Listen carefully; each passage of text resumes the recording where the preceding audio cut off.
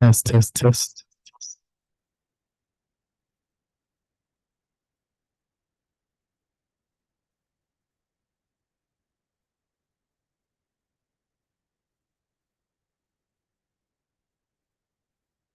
Test, test.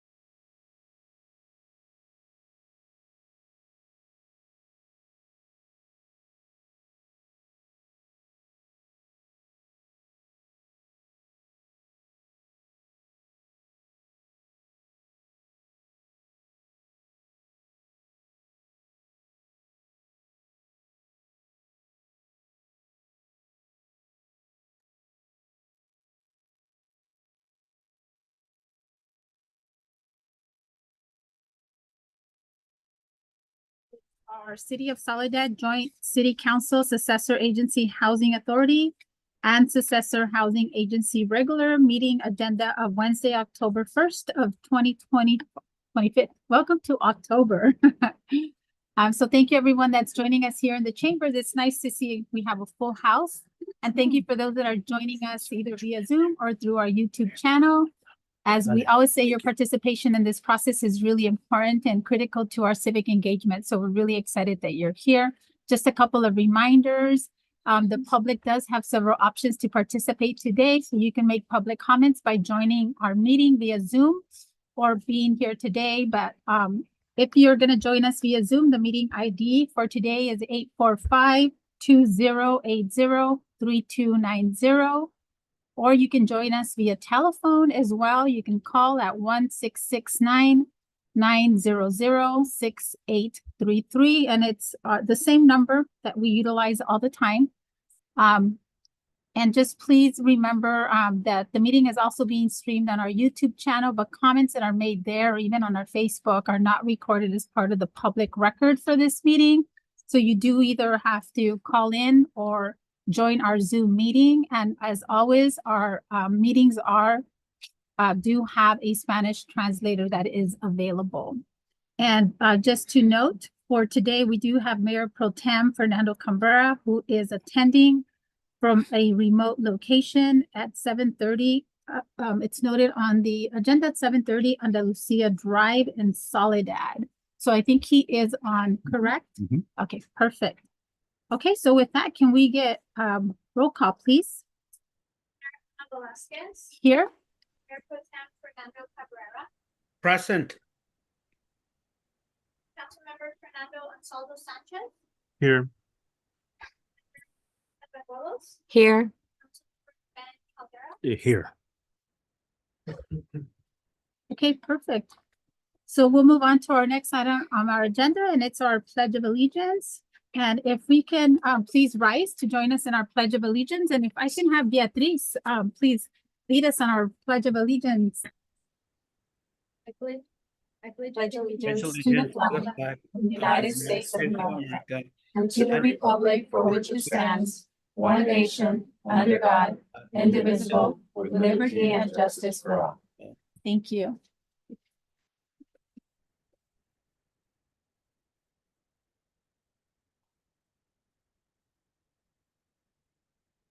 Okay, so with that, we will move on to our next item. We'll move on to additions or modifications to the agenda. So at this time, do we have any additions or modifications to the agenda? I don't think we have any. Our city manager is joining us. Thank you, Megan. Yes, we do not. Okay. Meg. Okay. Oh, I apologize. We do. Okay. The city attorney reminded me that we are gonna have to table the tractor purchase. Okay. And it'll come back down. Okay, so Just that keep- is item Well, Thank you. consent. Okay, so C-10, which is our consent item, will be tabled for our next agenda. Okay, thank you for that. Okay, any other additions or modifications? I don't think the city attorney is reminding me of anything else, but thank you. Sounds good here too. Okay, perfect. So with that, then we will then move on to our next item. And at this time, we have public comments. So at this time, any member of the community can make public comments. Let me just go into my reminders. So may address the council on any items that are within the jurisdiction of the council. The public does have 3 minutes. If we can please be brief and to the point. And just as a reminder, for those that are joining us via Zoom, I will start with those that are here first in our chamber and then go out to those that are joining us via Zoom. If you do have a public comment, if you can please raise your hand so that way we can acknowledge you and make sure that you're able to unmute. And we ask both the public and the council as well to maintain decorum during the public comment period and making sure that we refrain from any personal attacks or derogatory comments during this portion. So thank you so much for your understanding. And with that, I will open it up to public comments. And before I do that, just Darlene, do we have any written public comments that we received for this meeting? Okay, so seeing there's no written public comments, and we will go with the oral public comments. And if we can have those that want to make public comments, if you want to come to the podium, please.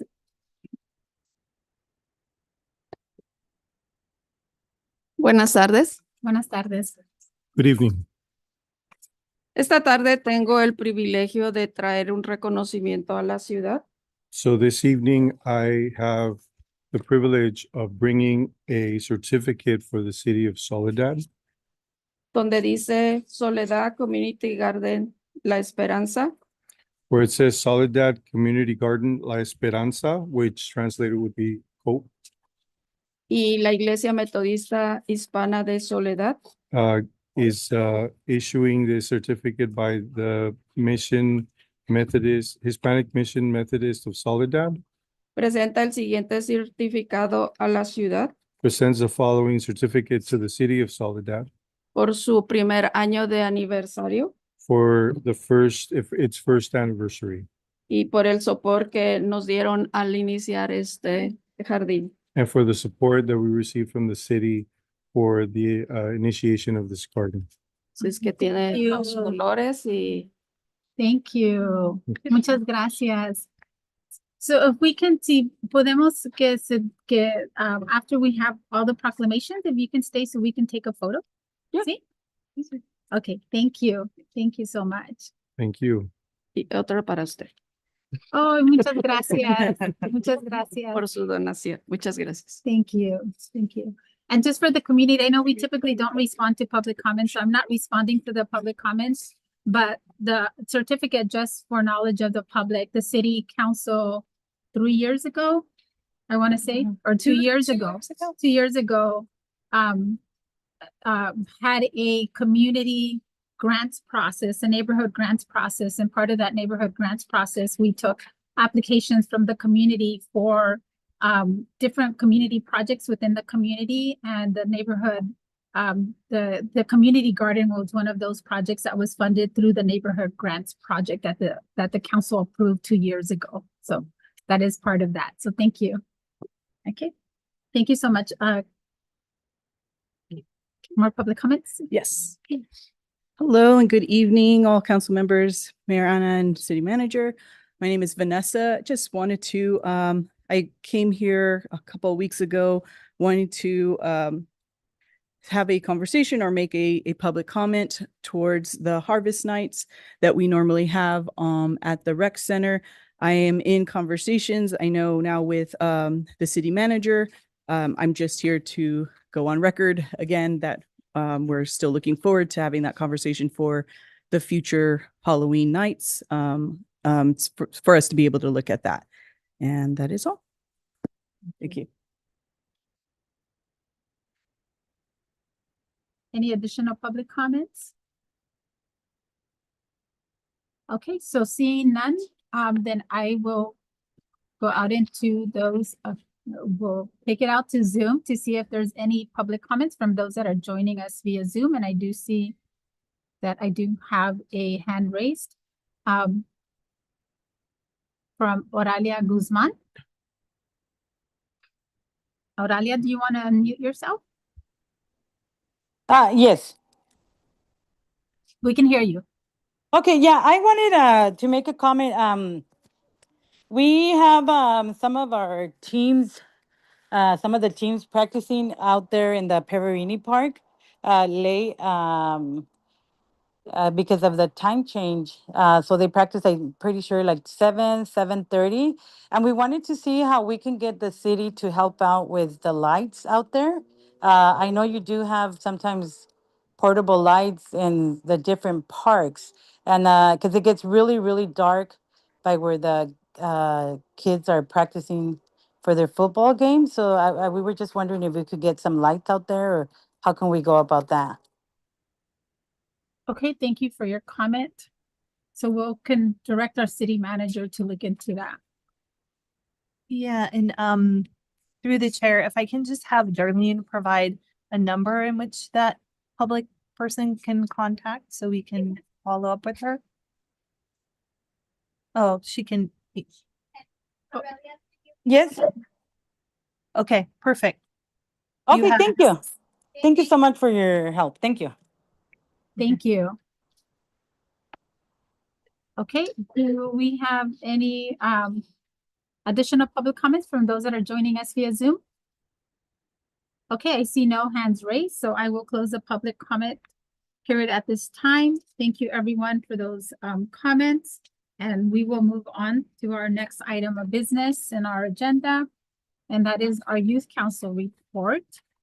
So we have with us, we have Cindy, Giovanni, and Marilyn. Welcome and thank you. Good evening, Mayor and council members. It's nice to see you all again. My name is Giovanni Bravo, and I am accompanied by my fellow commissioners. Cindy Alcaraz. And Marilyn Ramirez Peña. We're here to provide a brief update on our progress. We've accomplished a lot since we last spoke, and we're excited to keep building on this momentum. We've officially wrapped up our recruitment phase and are happy to share that we have 16 registered members, with us, including us, being 19 on the Youth Council. We recently held our second meeting on September 22nd, where we focused on setting the direction for the year ahead. One of the key items we discussed was our goals and initiatives for the coming year. The team brought forward many thoughtful ideas, from building connections with our senior community to organizing city cleanup efforts. We were happy to see our peers share their ideas with such excitement. We will review these ideas as a group and vote on those that best align with our mission and values. During the same meeting, we also finalized role assignments based on each member's interests and strengths. From vice chairs to outreach coordinators, every member now holds a meaningful position. This structure not only gives everyone a sense of ownership, but it also helps our group stay equally invested in our mission. Lastly, we've officially kicked off the rebranding of our Youth Council logo. We invited peers and mentors to submit design concepts, and once we narrow it down to 2 finalists, our members will vote to select the winning design. We're looking forward to seeing which one will be selected. We're proud of the progress we've made so far and are excited to continue this work. Thank you again for your support, and we look forward to sharing more updates with you soon. If you have any comments on the logos, feel free to share. Thank you. Thank you. Yeah, thank you so much. And thank you for providing us with a copy, well, with just the different versions of the logo. So were all those submitted by the different youth participants? Yes. Oh, that's awesome. Yeah, those are the final 2 drafts we accompanied. There were multiple templates, and these are the final 2 we voted off of. Good. Those are great. Well, thank you so much. Let me open it up for the council to see if there's any questions on the report that you provided. So I'll start with Councilmember Caldera and then just kind of work my way to my right. No questions from me. I just want to say thank you so much for your work. You guys are, very inspiring. Thank you so much. Thank you. Ditto. Yeah, great. I'm like looking at the logo. I like them both. The one on the option 1, I don't know. I don't like the color green, but I still like it. But yeah, thank y'all. Mhm. You guys, thank you so much for the efforts. Thank you so much for your heart that I see. And thank you, Jessica, for taking lead as well. So I want to, shout out to Jessica too for bringing that up. Also, quick question. Can you guys maybe in your interpretation provide the 2 last drawings? What does it like? What's the significance of the youth council? The significance, Yeah. particularly on the mountain one, is since we are now accompanied by like Parks and Rec, Mhm. and it's based around the pinnacles, we wanted to use the pinnacles in a way that represent us wanting to reach our pinnacle, as well as like the second logo being that the youth council is primarily spoken by young characters, and that's what you see within the picture. We went for the green as going towards a young phase, and then we'll see what we can incorporate into that. Nice. Thank you. Thank you. Yeah, thank you. And thank you for those efforts. And I'm glad to hear that you guys have 16 registered members, including yourself, to be able to know that. So just in terms of the 16 registered members, are they all like, can you give me a little bit more in terms of, are they seniors? Are they a variation of juniors, seniors?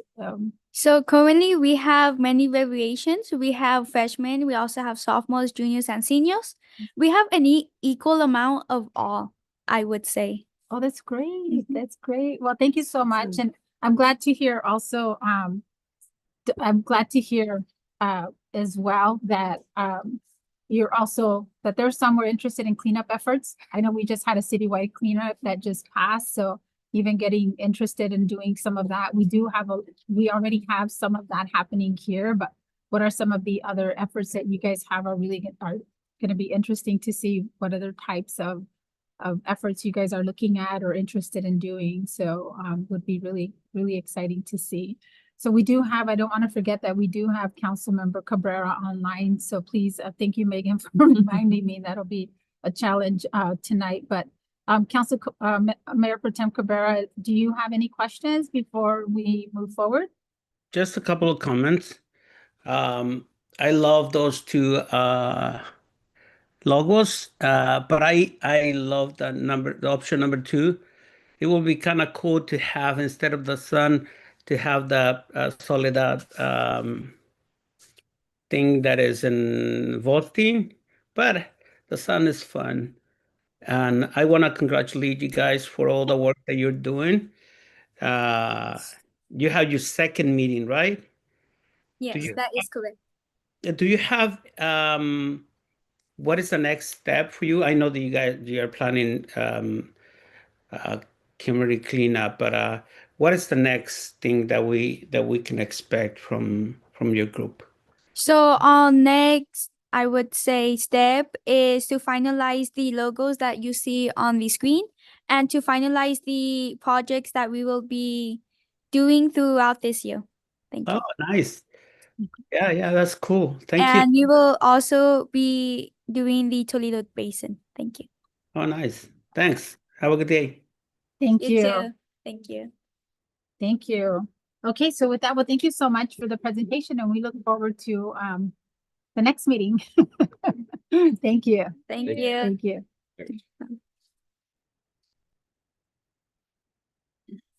Okay, council. So with that, we're going to move on to our council presentations, and we have proclamations.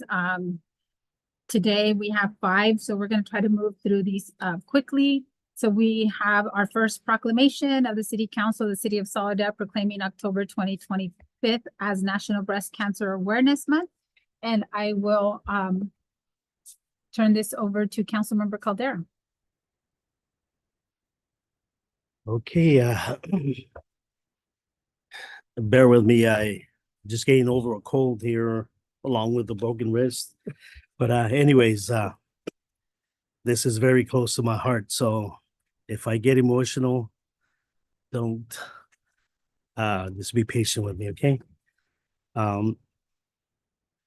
A proclamation of the City of Soledad recognizing October 25th, 2025 as Breast Cancer Awareness Month. Whereas October is nationally recognized as Breast Cancer Awareness Month, dedicated to increasing awareness of the impact of breast cancer and promoting the importance of early detection, education, and support.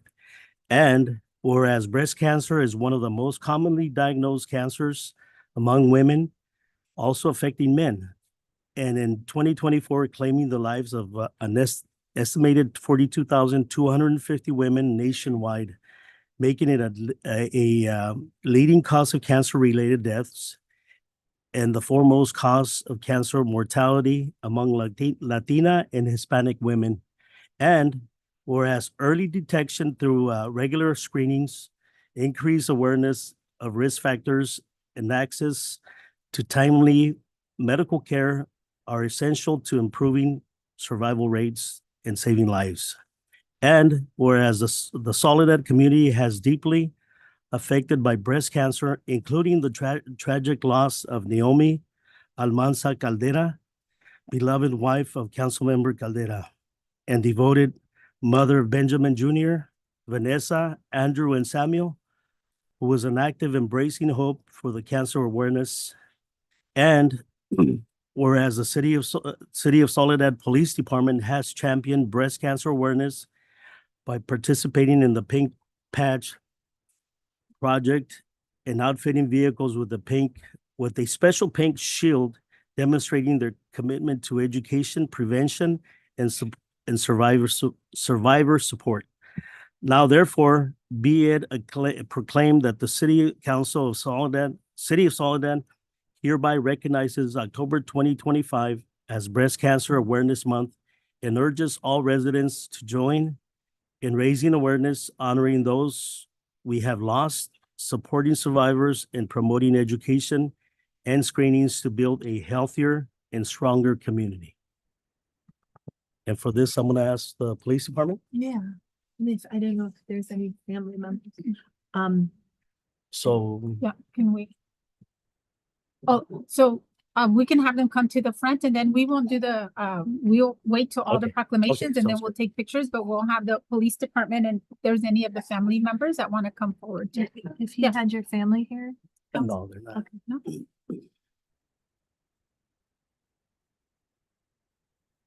Good evening, Council. My name is Caitlin, Victim Assistance Advocate with the Soledad Police Department. As you all may know, October is Breast Cancer Awareness Month. This cause is close to our hearts as well because breast cancer has touched so many families in our communities, including our own officers, loved ones, staff. To show our support, you'll see our officers wearing pink patches on their uniform throughout October. We also have pink pins, which you guys may have already have access to, and ribbons. And our patrol units are also marked with awareness magnets as a visible sign of our support. These small symbols are a big reminder that we stand with survivors, we honor those that we've lost, and we support the fight to end breast cancer. Our hope is that by wearing pink, we not only raise awareness, but also spark conversation, encourage early detection, and show that no one fights alone. Thank you. Thank you. Thank you. Thank you. Thank you. Okay, so with that, we will move on to our next proclamation, and it's a proclamation of the City Council proclaiming October 2025 as Substance Use Prevention Month. And I will turn this over to Councilwoman Banuelos. Do we have someone? So we Yes, have, do we have Hector Perez? Okay, all right. So Central Coast Overdose Prevention Peer Support Specialist Hector Perez. So a proclamation of the City Council of the City of Soledad recognizing October 2025 as Substance Use and Misuse Prevention Month, whereas substance use continues to affect the individuals, families, communities, creating significant health, social, and economic challenges, and whereas prevention, education, and early intervention together with increased awareness and access to resources are essential to reducing substance use and its harms. And whereas Central Coast Overdose Prevention, CCODP, is dedicated to addressing substance use in Monterey, San Benito, and Santa Cruz counties through harm reduction, education, and compassionate support. And whereas CCODP's mission is to eliminate overdoses and reduce substance-related harms by raising awareness, reducing stigma, expanding access to treatment, mental health care, and peer support, including vital services provided to participants in Soledad's encampment resolution funding, the ERF program. And whereas local organizations such as CCODP, schools, and public health agencies work tirelessly to deliver prevention programs, promote recovery, and encourage positive alternatives, demonstrating the power of collective action, and now thereof, be it proclaimed that the City Council of the City of Soledad hereby recognizes October 2025 as Substance Use and Misuse Prevention Month and encourages all residents, community organizations, and public officials to join in raising awareness, promoting education, encouraging proactive participation, and supporting programs that prevent substance use and foster a healthier community. So I want to say thank you. Thank you Thank you, for all you guys. do. Just want to say thank you to the city council and to the city of Soledad for allowing CCODP, Central Coast Overdose Prevention, to come into the city and provide our services and try to help and touch as many people and families as we can as possible. And we are going to continue to provide our services to the city and do the best work that we can. And thank you, guys. Thank you. Thank you. Thank you. And if we can, and if we can stay and we can, you can stay and then at the end, we'll take a photo with all of the proclamations. Thank you. Thank you.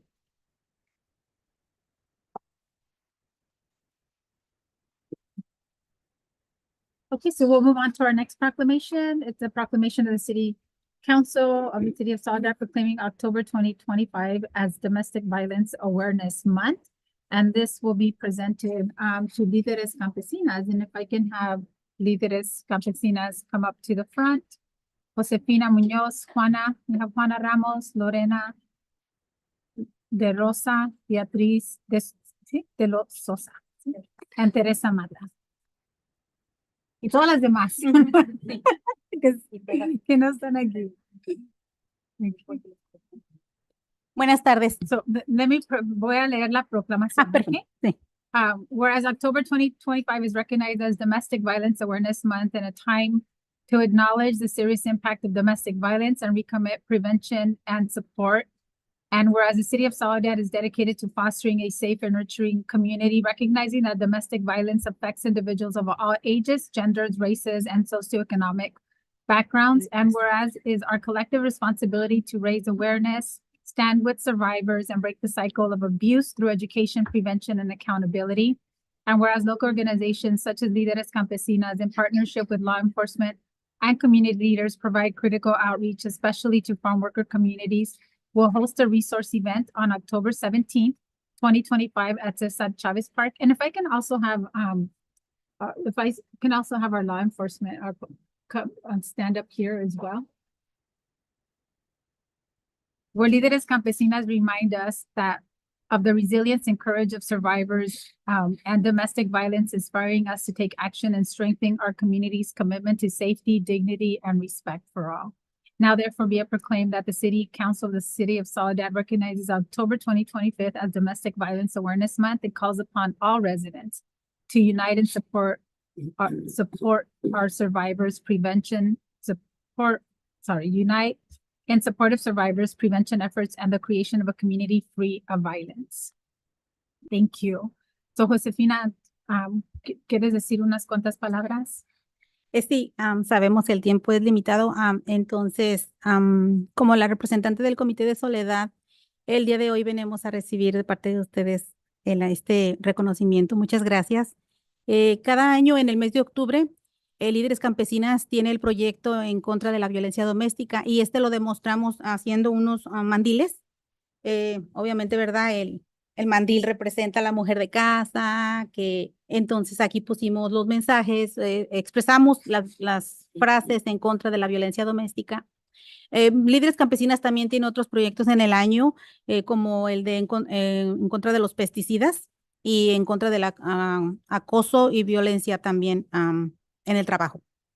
Líderes Campesinas va a tener próximamente también en compañía de nuestro departamento de policía una vigilia el 17 de octubre en el parque aquí en la Front.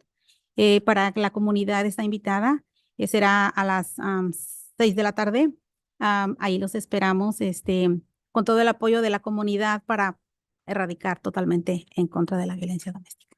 Gracias. Gracias. Gracias.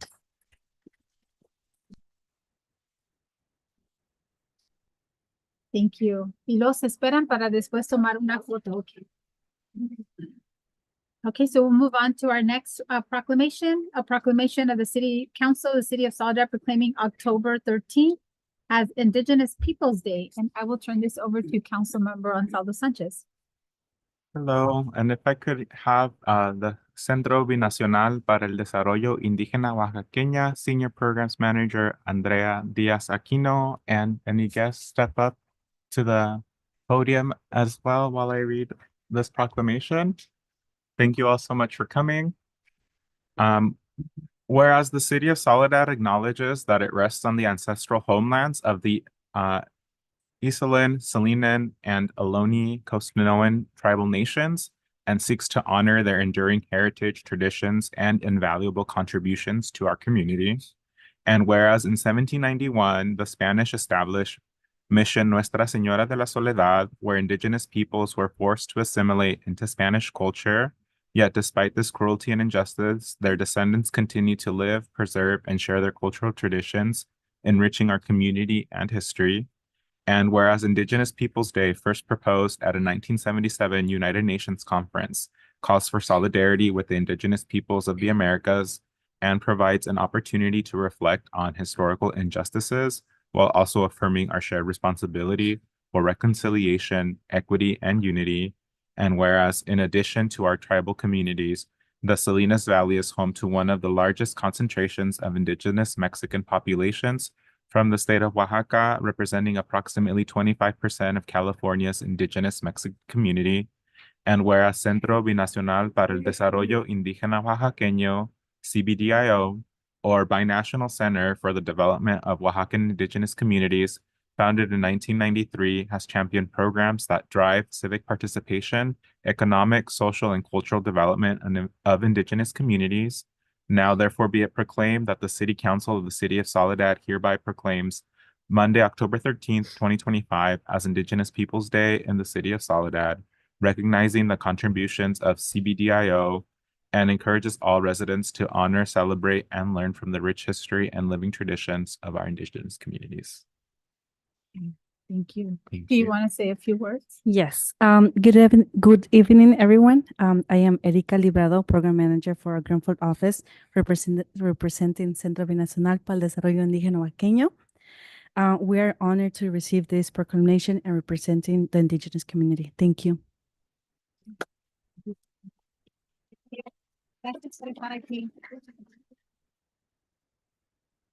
Ang wirang zoni eso un ro na Rigoberto Hernández ni razontas jijang mi ni razontas todo ra mi ze un yantoy eso que eso reconocimiento na mai ni da mira tak na eso ma manon hai ba ni razon ya no ro mi ze sigue no kuino ma tu no ya kan eso manon na ni ya ver kuizo manon ya kuino ma tu no un yantoy ra eso na eso ma eso no que inchmo na thank you. That's no. Buenas noches a todos.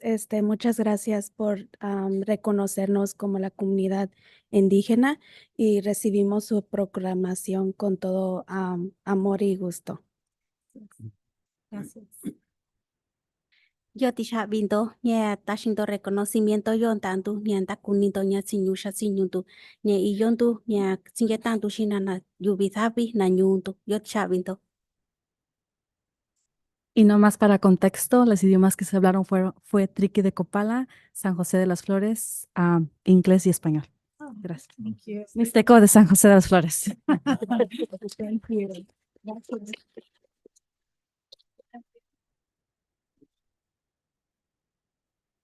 Gracias, gracias por estar aquí. Okay, and our last proclamation is a proclamation of the City Council of the City of Soledad proclaiming October 2025 as LGBTQ plus History Month, and we'll have Councilmember Ansaldo Sanchez read this into the record. So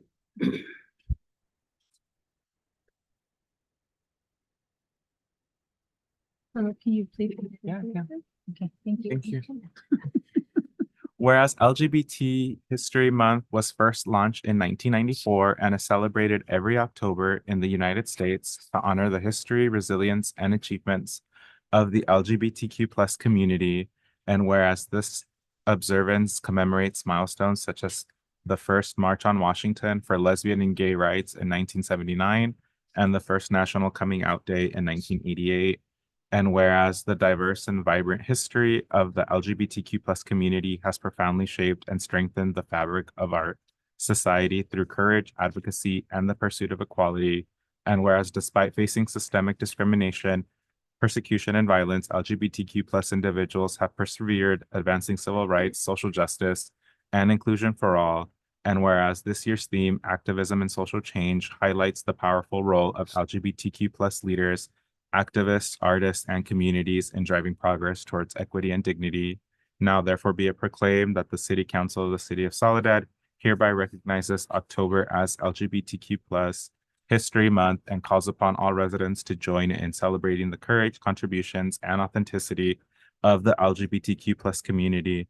Let this observance also serve as a reminder of our ongoing responsibility to ensure that every generation enjoys the full promise of equity, dignity, protection, and freedom. And I also just wanted to say or take a moment of personal privilege. Just allegedly, I think I'm the first LGBTQ+ elected person in Soledad. And I know that there's other members of the LGBTQ+ community that are representatives across the county. And I just think it's important to also recognize that too. Thank you. Thank you for acknowledging that and recognizing that, Councilmember. That is important in terms of making sure that we have inclusivity and accessibility for all. So thank you. Okay, with that, Council, then we're gonna pause for a bit. Thank you, so for our residents that are watching via Zoom or through other mechanisms, we're gonna pause for a few minutes just so we can take a photo with all of those that have been recognized today. And then we will come back. So give us about 5 minutes and then we will come to continue with our meeting. So thank you.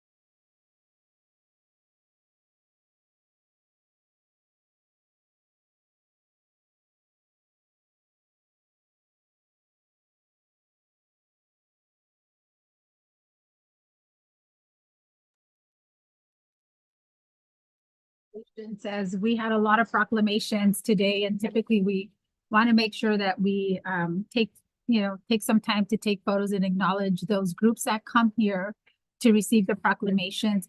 What we typically do when the council members provide the proclamations, we don't do each person that speaks because we have a lot of proclamations, so we want to make sure we get through the city business. So each one of whoever presents a proclamations is a person that speaks on that specific proclamation. But I know I did have a special request from Councilmember Ansaldo Sanchez as part of the domestic violence. And because we do have a local and a friend of his that a family that was impacted by domestic violence, he does want to share a few words. So I will turn it over to him before we move on to our next item of business. Yeah, I just wanted to quickly recognize just it's a heavy topic definitely to discuss, and unfortunately I do have a friend that was murdered by her ex-partner due to domestic violence. She was in the Navy, and so was he, and she unfortunately lost her life, and she was a resident here of Soledad, woman in the Navy, and I just wanted to recognize her, and I just want to keep her memory alive as well. And her name was Tiffany Curley. Thank you. Thank you, Councilmember Ansaldo Sanchez. Okay, with that, then we will move on to our next item of business. And at this point, we have our consent calendar.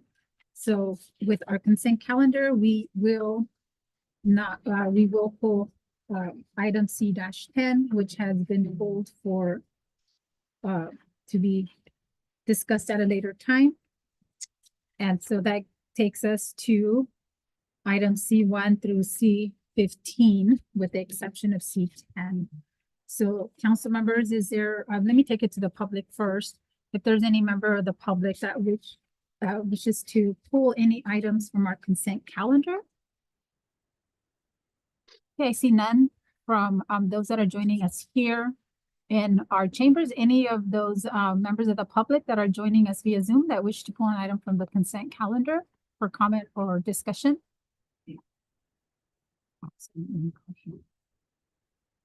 Okay, seeing none, then let me take it to the council members. Any council member wish to pull an item from the consent calendar for comment or discussion? Okay, and yes, I would like to pull C13. Okay, and I have a comment on that one. I have not a comment. I do have a discussion on that. Okay, any other council members? I like to pull 6 and 5. Okay, and so I just Through want the to chair, I have a question. Yeah, so I just want to remind, hold on. I think my question, I think we're gonna talk about the same thing. Okay. I was gonna say, I think we had discussed last time to not pull items that we're just gonna comment for. Correct. So I was just, is that still the case? Okay. Yes, that's still the case. So if you have a comment, we can make comments. We can approve the item and then we can comment on them, correct? But if we're gonna have it for discussion, then we pull the item. That way we can still approve them and then we can make our comments. Correct, Right? City Attorney? Yeah, and the way that it can be done is Mhm. prior to the time that you make the motion, you just go ahead and make the comments on the items that the individuals want to make comments on. Okay. Okay. Right. So Councilmember Bañuelos, is it comments only on your item? Yeah, just comments. Okay. So you can direct me on how I'll do this. So, okay, so then with that, any council member, Mayor Pro Tem, I just want to make sure I don't forget about you. I don't see your hand raised, so I'm gonna assume that there is no items. No, no, I'm okay. No. Okay, perfect, thank you. Okay, so with that, then if I can make a motion to approve all items with the exception of we've 10 and already 13. pulled C-10 and C-13. And you can recognize now, Councilmember Benuelos to make comments on items C5 and C6 before Okay. you vote. Okay, so Councilwoman Bañuelos? Yeah, so moved. No, Oh, we no, can make comments, comments before okay. we vote. If you can Okay. make comments on C6 and C5. So, C5 and C6. okay, so C5, C6, C5, of course, Parks and Recreation Activity Report. I just wanted to say thank you so much for Jessica and the staff for diligently putting on those programs. There's so much going on. And I like that because it's different ages, just, and then just putting it out on social media, and I do see a lot of participation for that. And I just want to say thank you. Also for C6 is a police department activity report. Just want to say thank you guys for diligently working out there, in spite of, us being short staff. I just wanted to acknowledge and make continued comments to you guys because you're, we see you behind the scenes. So I want to say, I appreciate also the report. So thank you.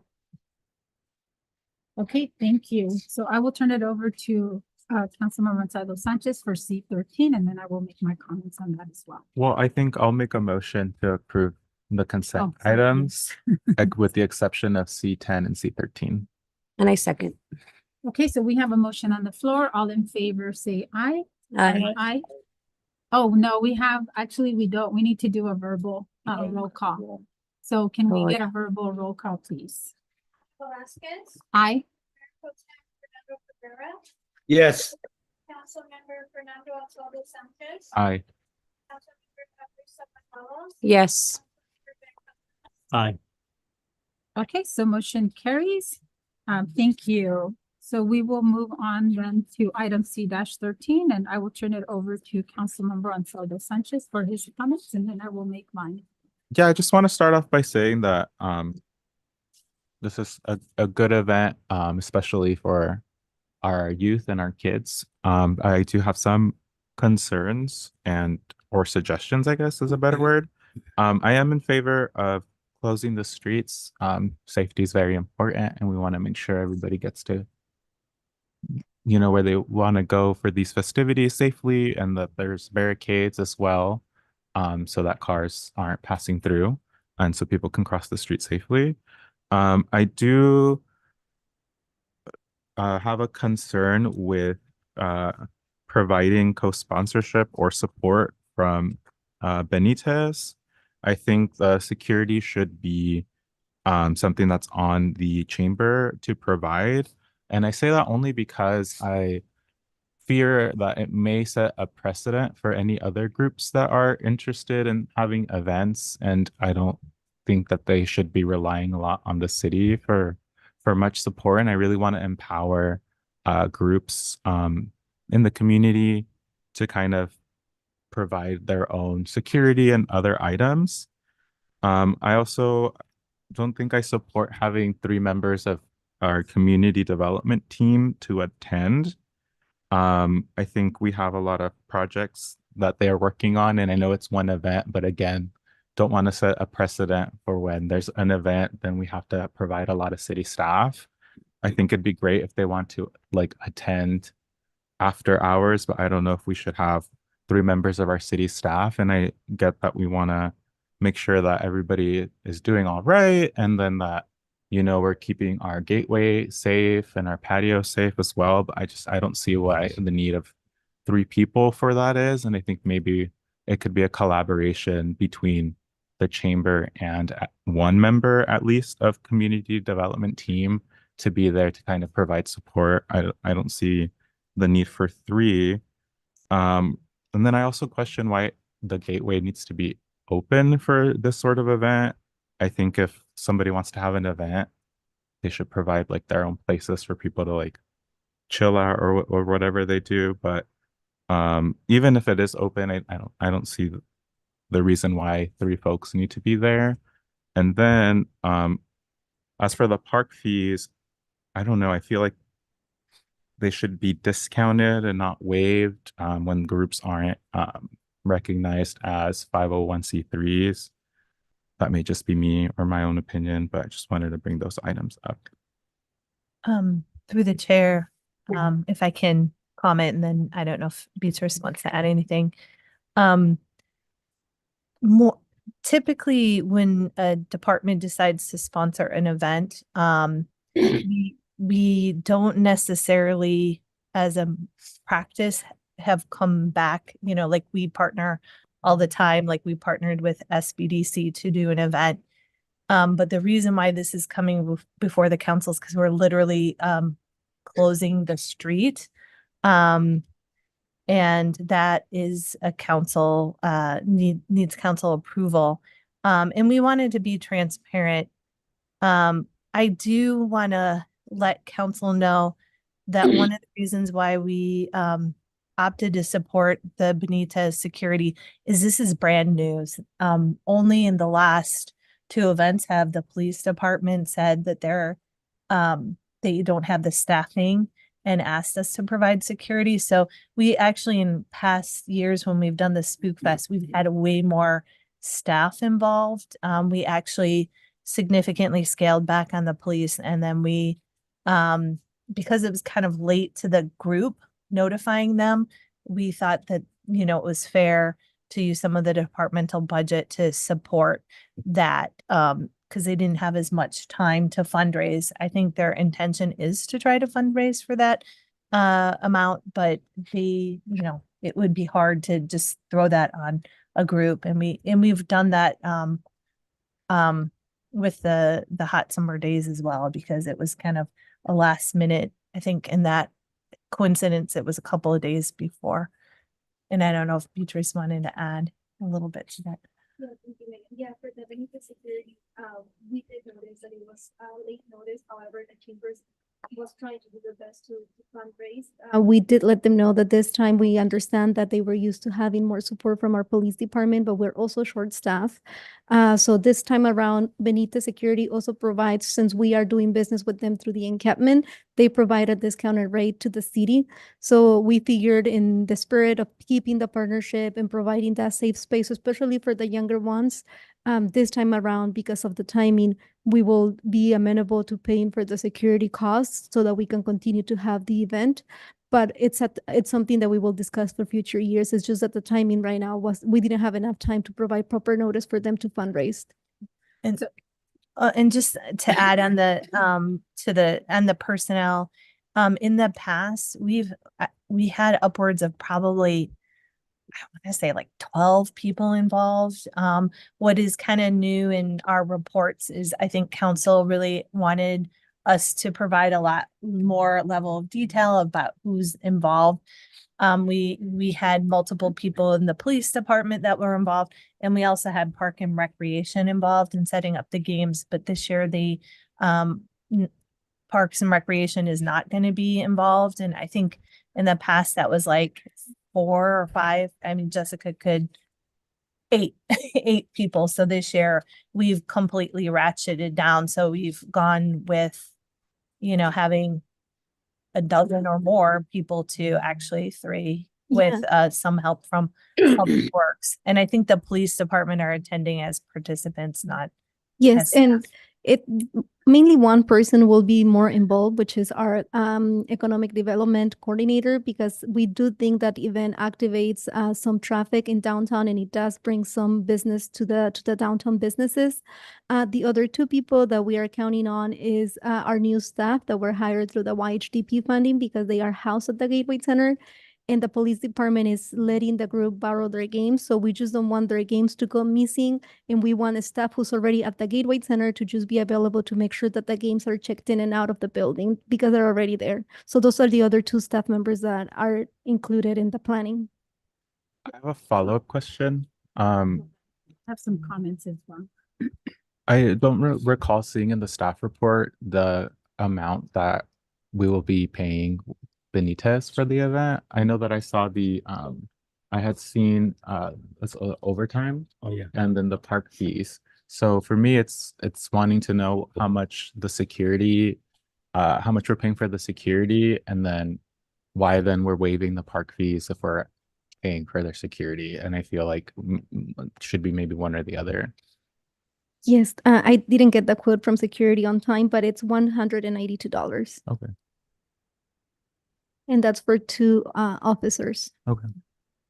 Yeah, thank you for that, for those updates. I think I'm just gonna state that I concur. I think I get it, Megan, and thank you for that follow-up. I know that I went back to review because I want to make sure that we have transparency and that we have a clear set of criteria of how we sponsor these type of events where we're treating everybody the same and we're not treating people differently. So I went back to review what we did in the in-kind services when we had the waiving the park fees and approving the closure of Andalusia for the fourth annual July festivities. That also required a lot. And we didn't have, I mean, they have a lot as well. And I know that we did support them as well, but I didn't see any I mean, you know, other than obviously the police department that was active through, you know, throughout the city because it's a very, very heavy weekend, but not necessarily using security for enforcement of the activity itself. And it didn't really state either again. I mean, if we're going to say that we have this number of individuals from the staff and this is what it's going to cost, I think it's really important to be able to have a true number of how many staff and how many people, because then I went back and I also reviewed on November the 6th of last year of 2024, when we also approved the park use waiving street closure for the annual Christmas festivities, which we've been doing for 38 years. And with that, again, I mean, we didn't do that level of including security. We have our law enforcement, obviously, which I know it's a lot of resources as well. We waived the park fees there. So, you know, I think it's important if we're going to set a standard of when we're going to waive the park fees and to what events, I think it's important for us to really have set clear criteria of when that's going to be. And then what is the cost income? What is the real in-kind cost? And I think I've been asking for that because I think it's important for us to be able to tell our community, aside from all of the other activities now that our park department is doing and utilizing public dollars, is how are we expending public dollars in addition to our parks and recs and their events that they're doing, right?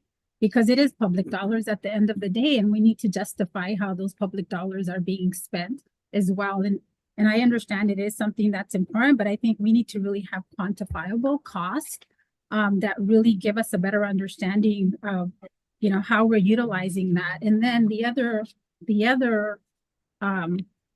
report that I reviewed was also when it came before us on June the 4th to be able to do the approving of the closure of the streets for the Our Lady of Solitude for the fiesta. That was on June 4th. They actually didn't move forward with it for different reasons. But again, that, you know, all of these are family-friendly focused events that are really well worth it for our community.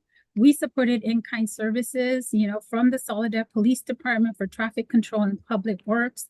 So I know that we're doing a lot for our community and supporting these resources, but I'm in agreement. One, I think it's important for us to be able to support.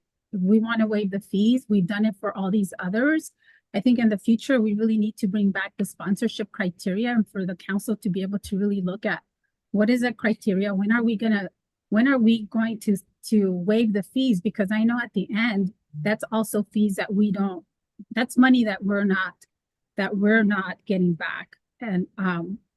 But we need to have a clear set of criteria for that. And also, what is our commitment to utilization of our staff?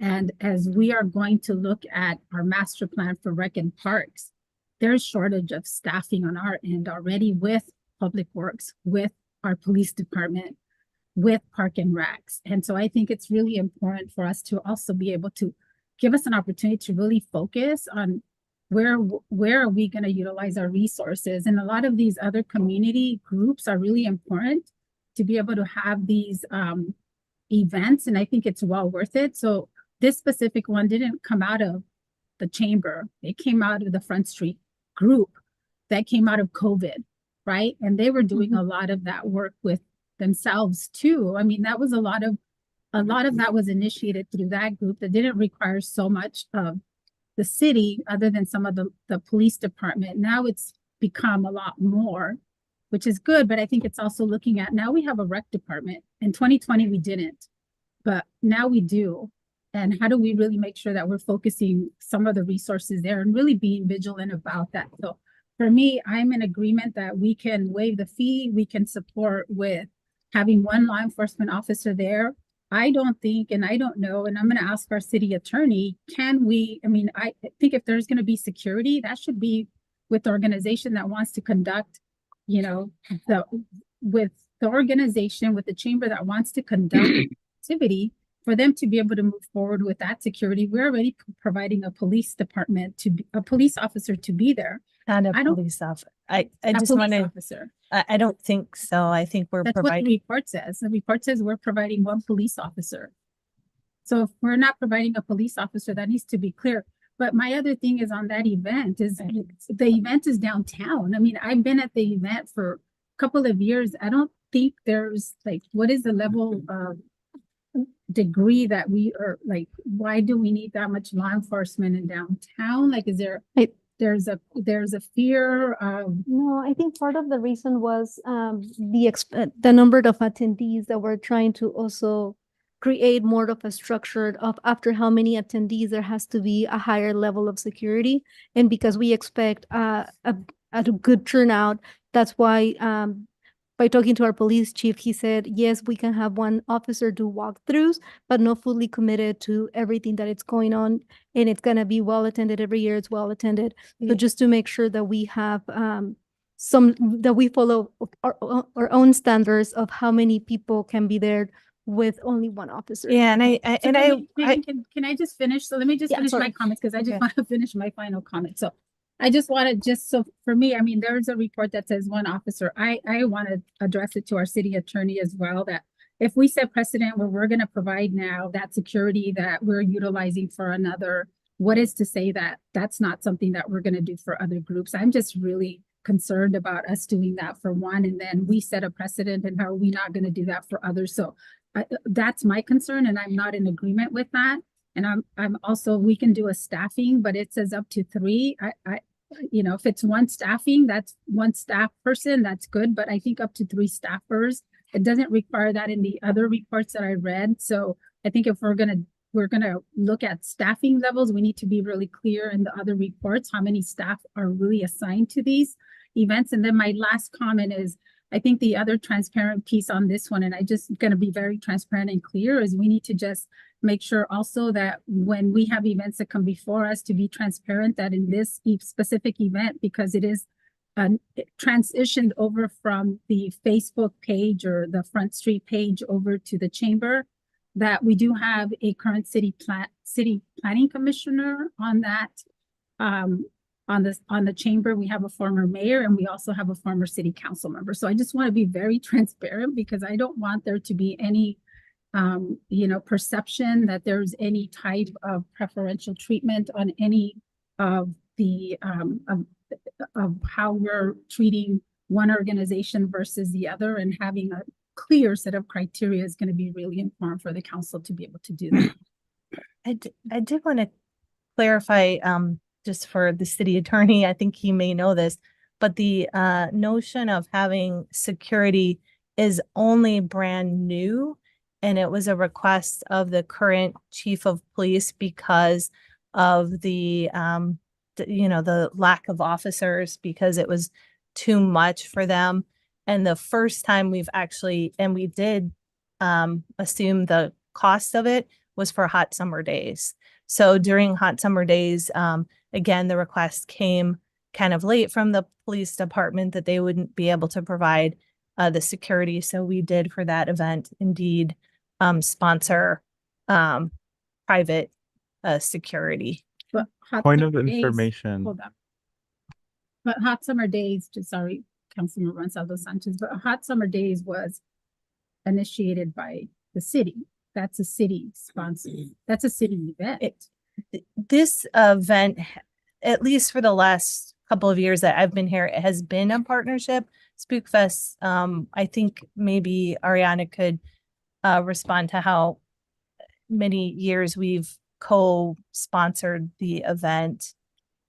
It may have predated me, I'm not sure. Hi, good afternoon. Yeah, so the event has started during the COVID years due to not being able, excuse me, to go out due to the pandemic. But I think a point to clarify is the waiver of fees that are being asked is the park reservation fees that I think is within the master fee schedule, that those fees can be waived through city council review and consideration and approval. When it comes to nonprofits, also in the master fee schedule, those fees are waived through the city council approval as well. It's already noted in our master fee schedule that we don't charge for temporary use permits for nonprofit organizations with the proof of the 501c form, which they're obtaining. So they have it Obtaining or or they have it? They have it. They say they have it. They submitted all the information, even liability insurance as well. It's just that came in after the staff report and that was submitted to the council. So are they not a traditional chamber where they require fees or they get fees from the businesses that they support? Are they, so is it a nonprofit or is it? Yeah, Yeah. it's a nonprofit. It's a nonprofit. So they don't request fees, they don't obtain fees from businesses?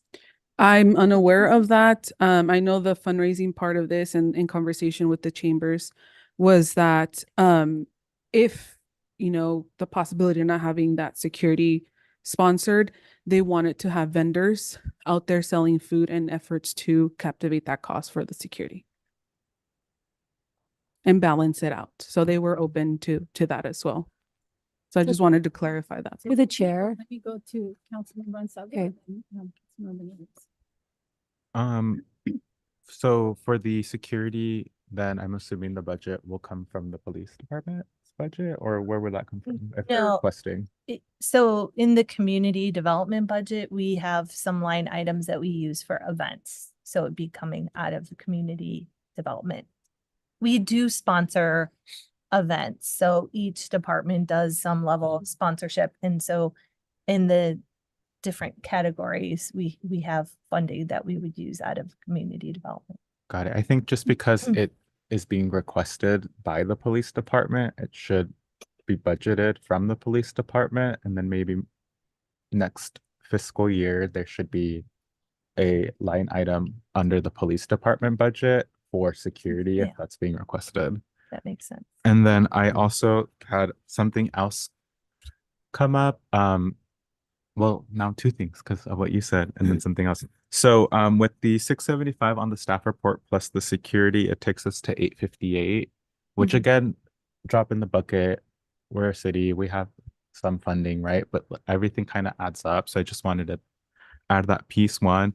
But two, I think it'd be actually really cool to have vendors. I know it's kind of late in the game, but I think that would be something that would be kind of cool. So if they're kind of willing to do that, I think that'd be a good way to go. Yeah, and as I mentioned, during that time, we were trying to obtain the quote for the security, and we hadn't let them know, we met with them, that they would have, if it's not approved, they would have to provide the security, and they were open and having vendors to come out even with the event.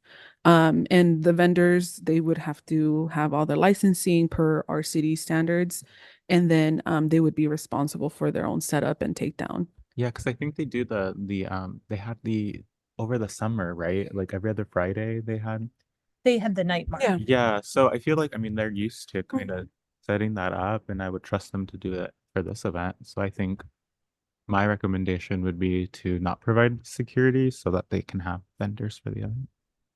We would have to provide the security, but if you're saying they should fund the security. Yes. Okay, Mhm. I got you.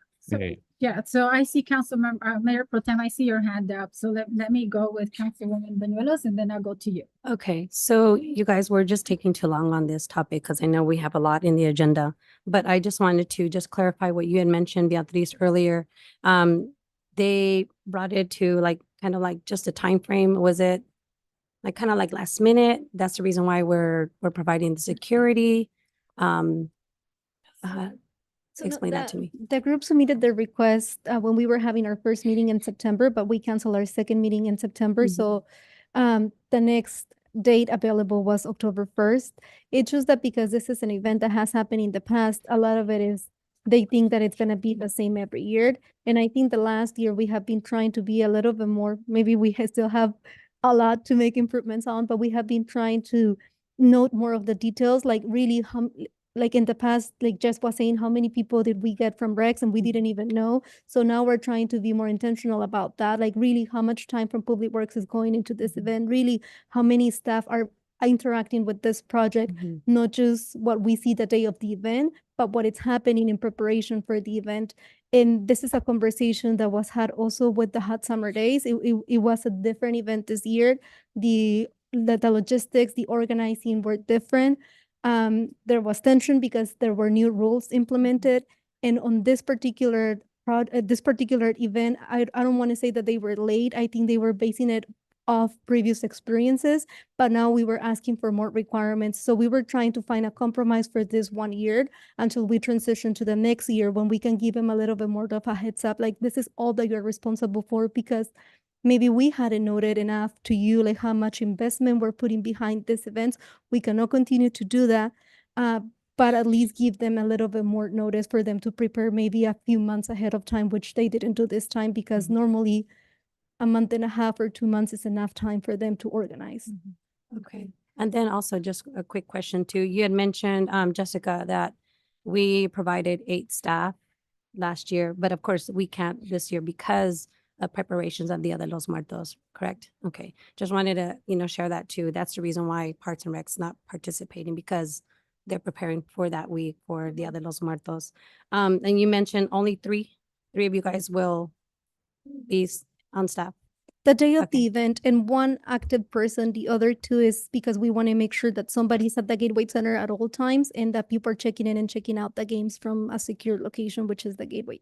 And you guys, if I may add, I've been there before our harvest night and there is a lot of participation. I see the preparation, I see the logistics, I see, the organizers there, and, I too, lend that hand, because it's a community event. So it's just, it's a good, positive event. We all come together. So that's just my comment and question. Yeah, thank you. Let me go to Mayor Pro Tem. Mayor Pro Tem. Yes, through the chair, I would like to express some concerns. The first is, yes, we need some limitations in how much sponsorship we provide, because it's particularly because of our current budget, because of the situation that is coming in the next years. The other one is we have to create something in writing so that we can have guidance in how we provide this sponsorship and support. We also have to be really careful in not to show favoritism, but also we should be really careful not to be as if we are targeting certain organizations for this kind of a scrutiny. We have to consider also an event, that this event is for our community. I believe that the organization having this event is not profiting for themselves. This event has been always for that community. So we have to. Somebody mentioned that is public money. Yes, it's public money used for a public service. So we have to be aware of that. We also we need that writing guidance, because we don't want other organizations to feel fear that they might go through a severe scrutiny just because they're asking for our support or our sponsorship. So let's provide equal treatment for all the organizations, no matter where they originated or where they're coming from. And lastly, I would like to move approve consent 13 as it is, with guidance to staff for future events so that we can specifically line up with those guidance and provide only the sponsorship and support that we can provide. I So would like to make a substitute motion of including just the alternative of having that conversation if they would be able to fund the security piece. Through the chair, it's already too late, isn't No, it? it's not. No. It's not. No. He provided a substitute motion. So when you make a motion, if someone provides a substitute motion and there's a second, that could move forward. So there's a substitute motion. I'll just second. point of information. Yes. So That substitute motion is just to add that section that Councilmember Ansaldo added. Right? Yes. Yes, correct. Okay, It says so to add to see if they can provide, if they can go back to get the vendors to be able to fund the security. So I'll second the motion. And then just really quick, just as we're Wait, wait. discussing this, when there's a motion on the floor, we have to. we can still discuss when there's Just something for in the. clarifications, what happens if the answer to that is no? Are you giving approval that is conditioned on getting it?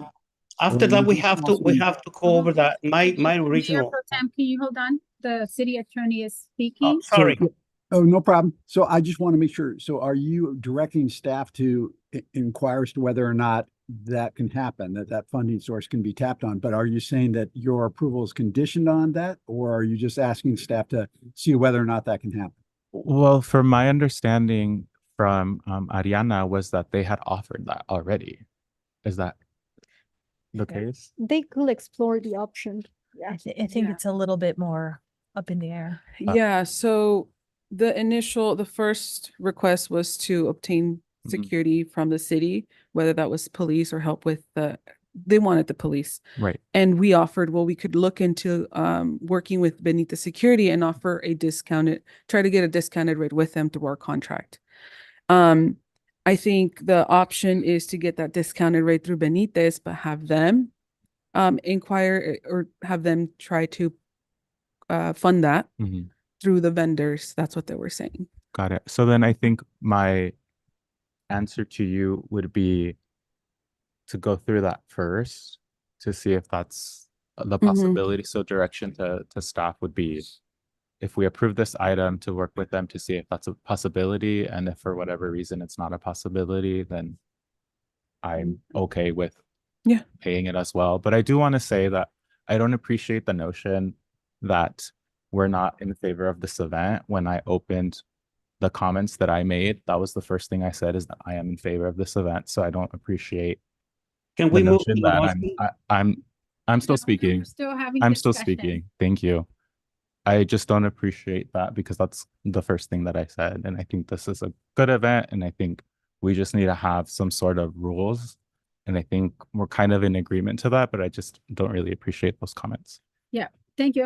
And when we have a motion, we can still have discussion. So I mean, we're gonna move on the motion as chair. I'm gonna move on the motion, but I also want to make note that I know this item is taking too long, and sometimes some items take longer than others, and I want to move on as well. But I also want to say that I also don't appreciate the fact that I'm not treating this differently, and I'm not being unequal or treating this specific organization differently. I think I read off some of the other organizations with similar in-kind services and requests, because I wanted that noted for the record, that those other organizations that came before us did not have all these other elements.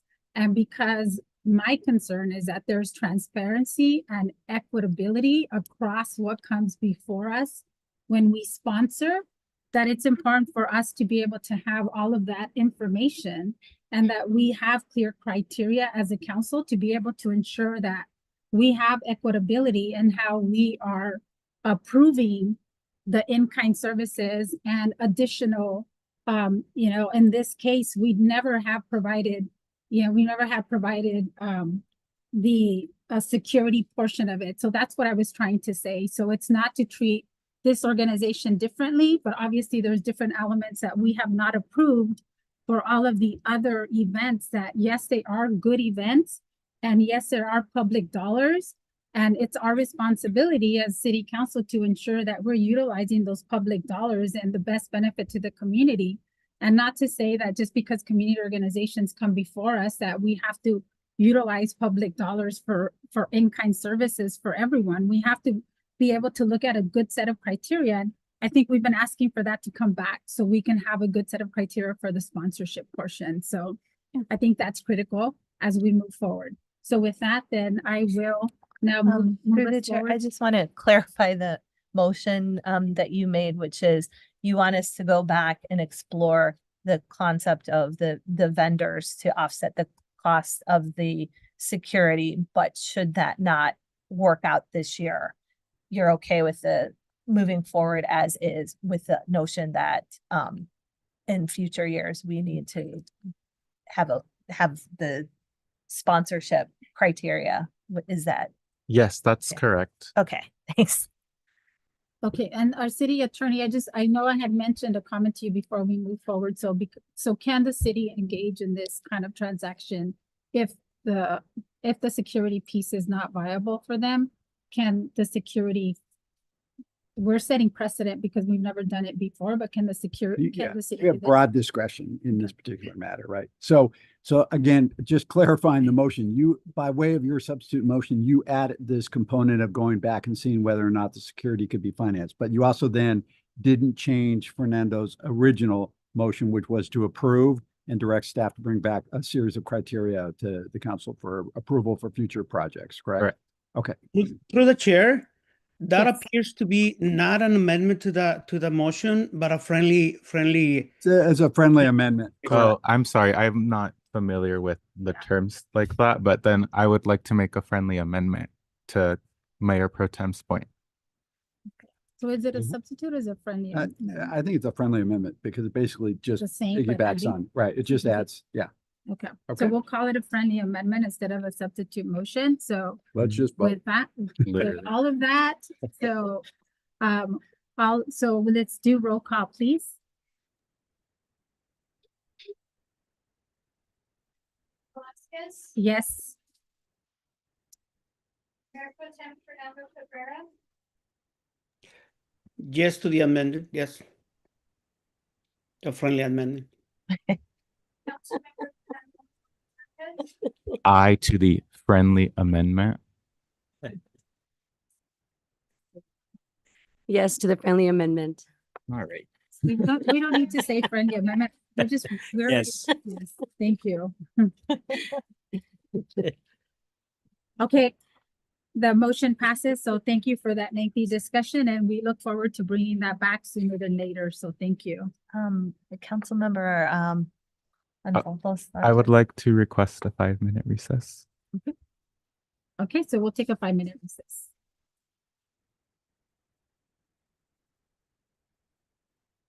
Can you put the, Turn on.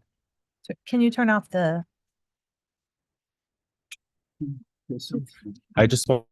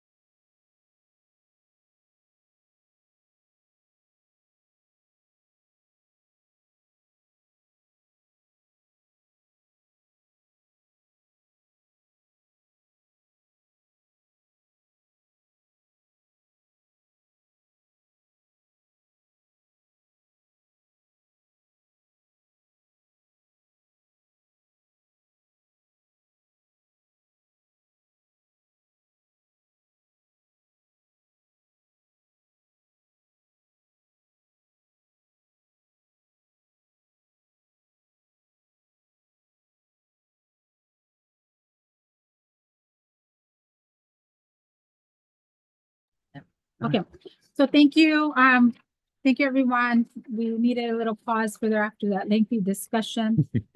So thank you for all of those comments, and we're coming back. And so we'll move on to our public hearing, and today we have one public hearing. So we have our resolution number 6284, a resolution of the City Council of the City of Soledad adopting the Soledad Parks and Recreation Master Plan. We're gonna receive the staff report. We're gonna open the public hearing. We're gonna close the public hearing, and then we're gonna come back for council action. And there is a very lengthy report, so I want to just acknowledge the staff for all the work that they did on the 284 or 94 page report with a lot of extensive community feedback.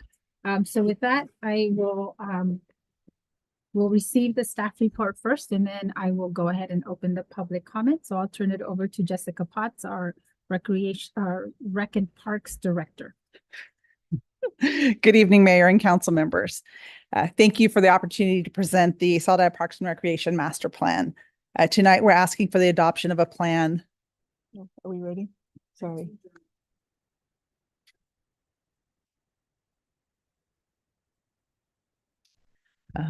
Well, it's just the first page, you guys can.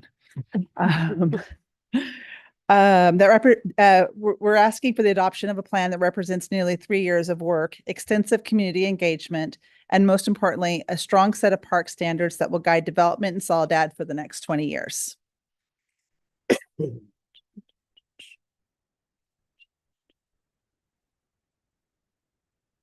That's such a long list. I don't know if it would help to pull it off of the public hearing. She has her presentation there. I think that's what she's trying to do. Is it not coming out? Oh. I think I've stood up before you guys in the past with a really beautiful presentation that didn't show up, and so we could do that again. Each of you have the presentation. The presentation was attached to the council. Okay, members, perfect. So we can move forward. Perfect. Okay. So why update the plan? Our last plan was adopted in 2009. Since then, Soledad has grown significantly in population, in housing development, and in community expectations for recreation. We have created and opened a Parks and Recreation Department thanks to Measure S. And so things have definitely changed since 2009. The new plan isn't just an update. It provides the tools and standards we need to ensure our parks keep pace with growth and are built right for the first time. The process began in late 2022 with Blue Point planning. We spent many months meeting with the community, meeting with stakeholders, including the council members. We wanted to get a really in-depth feeling of what the community voice is and use that in our future. The first draft gave us a framework, but it didn't fully honor that voice of our residents. It felt more like a generic document than one that reflected Soledad's unique culture, needs, and priorities. So we went back to to create another draft. The second draft had a better voice, and it included park standards, but they were weak, more like suggestions than enforceable tools. As we began working with the developers of Miramonte on the park system, it became clear that we needed a much stronger set of standards to truly represent the best interest of the community and to ensure equity in how future parks are built.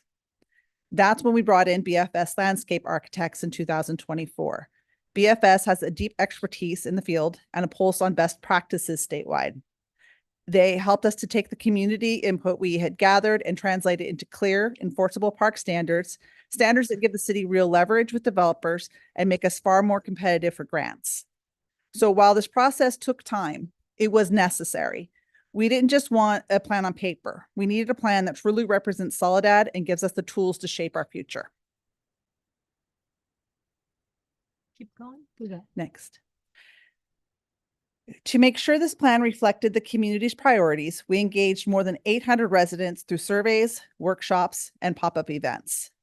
The feedback was consistent. Residents wanted shade and wind protection, don't we all? safer routes to parks by foot and bike, more fields, reliable restrooms, and dedicated youth program space. These themes directly shape the standards and recommendations you see in this plan. The plan is built on 5 guiding goals: health and wellness, connectivity and access, inclusivity and equity, sustainable and well-maintained facilities, and resources and partnerships. Together, these goals provide the framework for investment, partnerships, and accountability. The analysis highlighted a few key needs. 81% of residents are within a 10-minute walk of the park, but underserved areas remain in North Soledad and the Southwest. We currently provide 3.8 acres of parkland per 1,000 residents. The national guidelines is 5 per 1,000, meaning we face a 40-acre deficit at build-out. Facility gaps include multi-use fields, shaded play areas, reliable restrooms, and youth program space. These findings show the importance of having strong standards in place so we close these gaps as the city grows.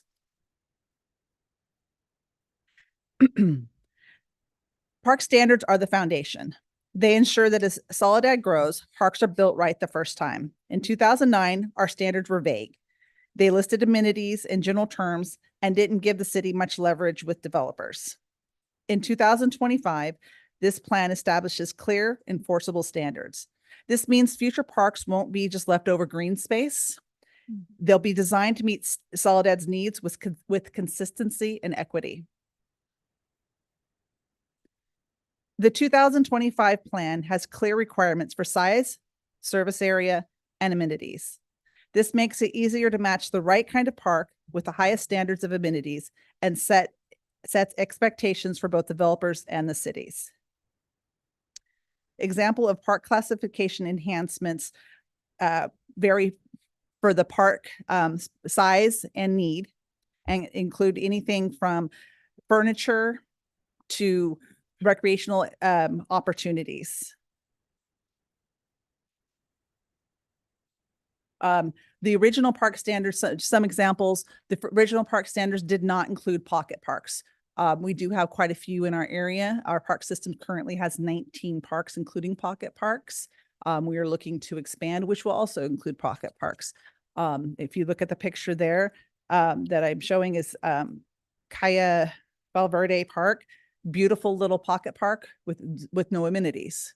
We with good standards, we can make sure that even the smaller of the parks covers the need of our community.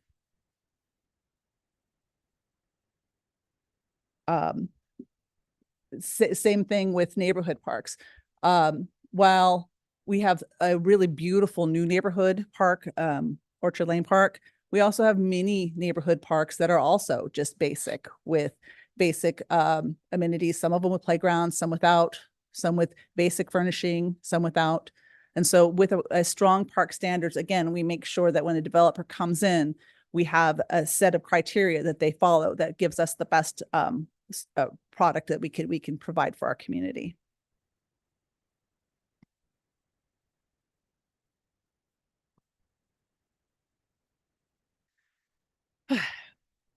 These standards also spell out required amenities as seen through industry standards rather than leaving it up to the discretion of the developer, such as restrooms, shaded picnic and play areas, accessible pathways and surfacing, lighting for safety, sustainable landscaping and windbreaks.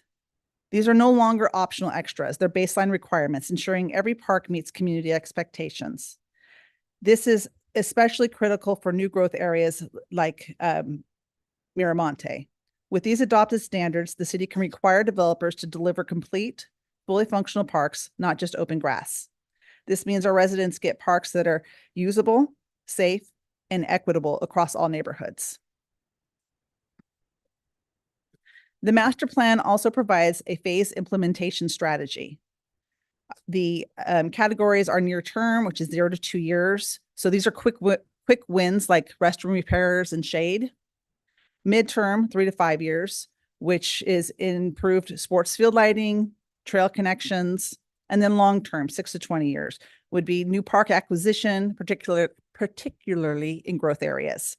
While adoption doesn't commit the city to spending, it gives us a roadmap and positions us strongly for future grant funding.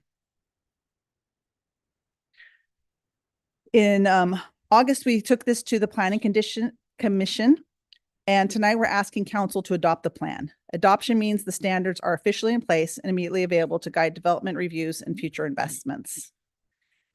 In closing, this plan represents nearly 3 years of effort, the voice of over 800 residents, and a strong, enforceable park standards that will shape Soledad's growth for the next 20 years. I respectfully request your adoption of the Parks and Recreation Master Plan. Thank you, and I'm happy to answer any questions. Thank you, Jessica, for that. So at this point, what I'd like to do is I'm going to open the public hearing before it comes to council for any action. So with that, I will open the public hearing at 7:55, and I will take it out to the public. Those that are joining us here in our dais, if there's any, those that are joining us here in our council chambers, if there's any comments from the public regarding the Soledad Parks and Recreation Master Plan.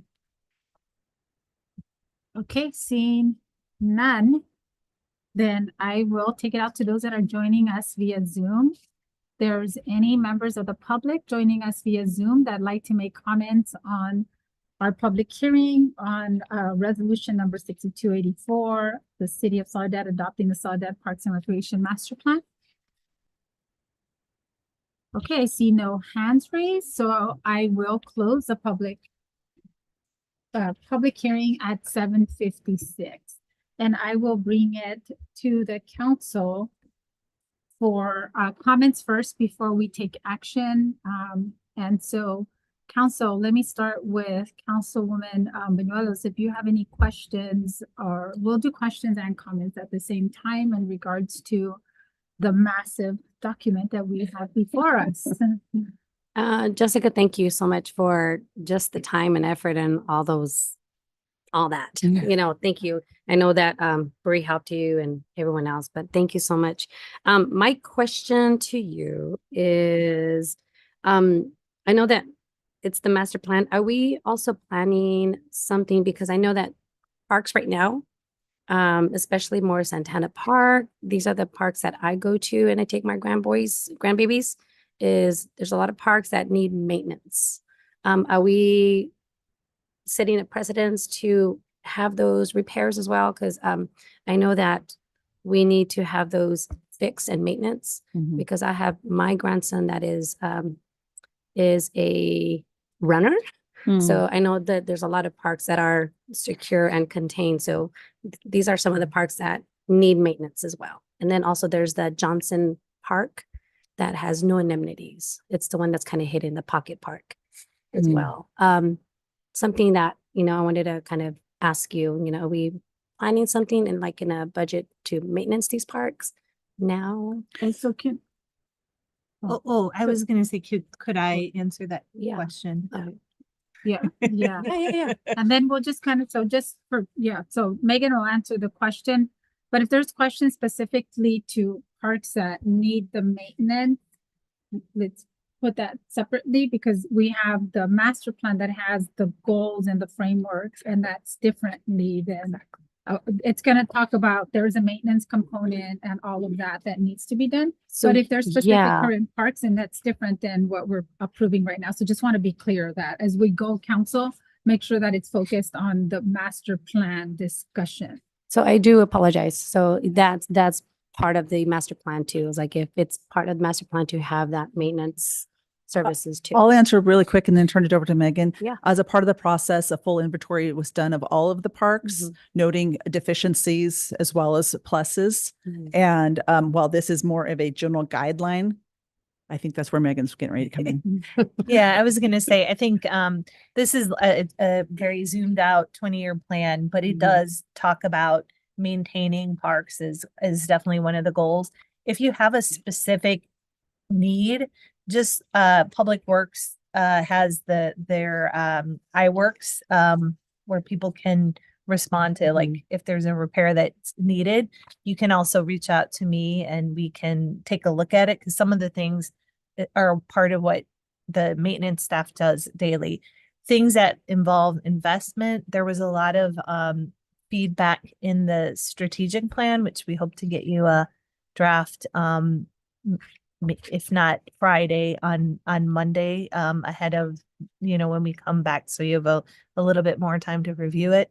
And that's where I would suggest setting some of those priorities if there's a specific thing. We definitely have in the plan the idea that we have a lot of these parks that were created that have no amenities. So overall, we obviously want to add amenities to those parks, but that will involve a more involved process where we want to involve the neighborhoods, to kind of like what we did for Orchard Lane Park. We want to make sure that whatever we put in, and something that we're actually doing right now with Toledo Basin Park, we're actually working with the community, and we have a community workshop on October 21st that will dig deeper into some of that design element. So those are more to come, but you have that opportunity in the strategic plan. Okay, thank you. And then a quick question on the last slide, number 13. It says next step. Planning Commission recommended adoption August 28th.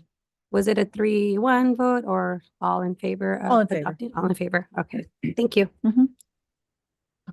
That's it. Thank you. Okay, Councilmember Gonzalo Sanchez. You don't want to do Cabrera first? Oh, let's go this way. So, and then I can do it. Okay. Just a couple of items.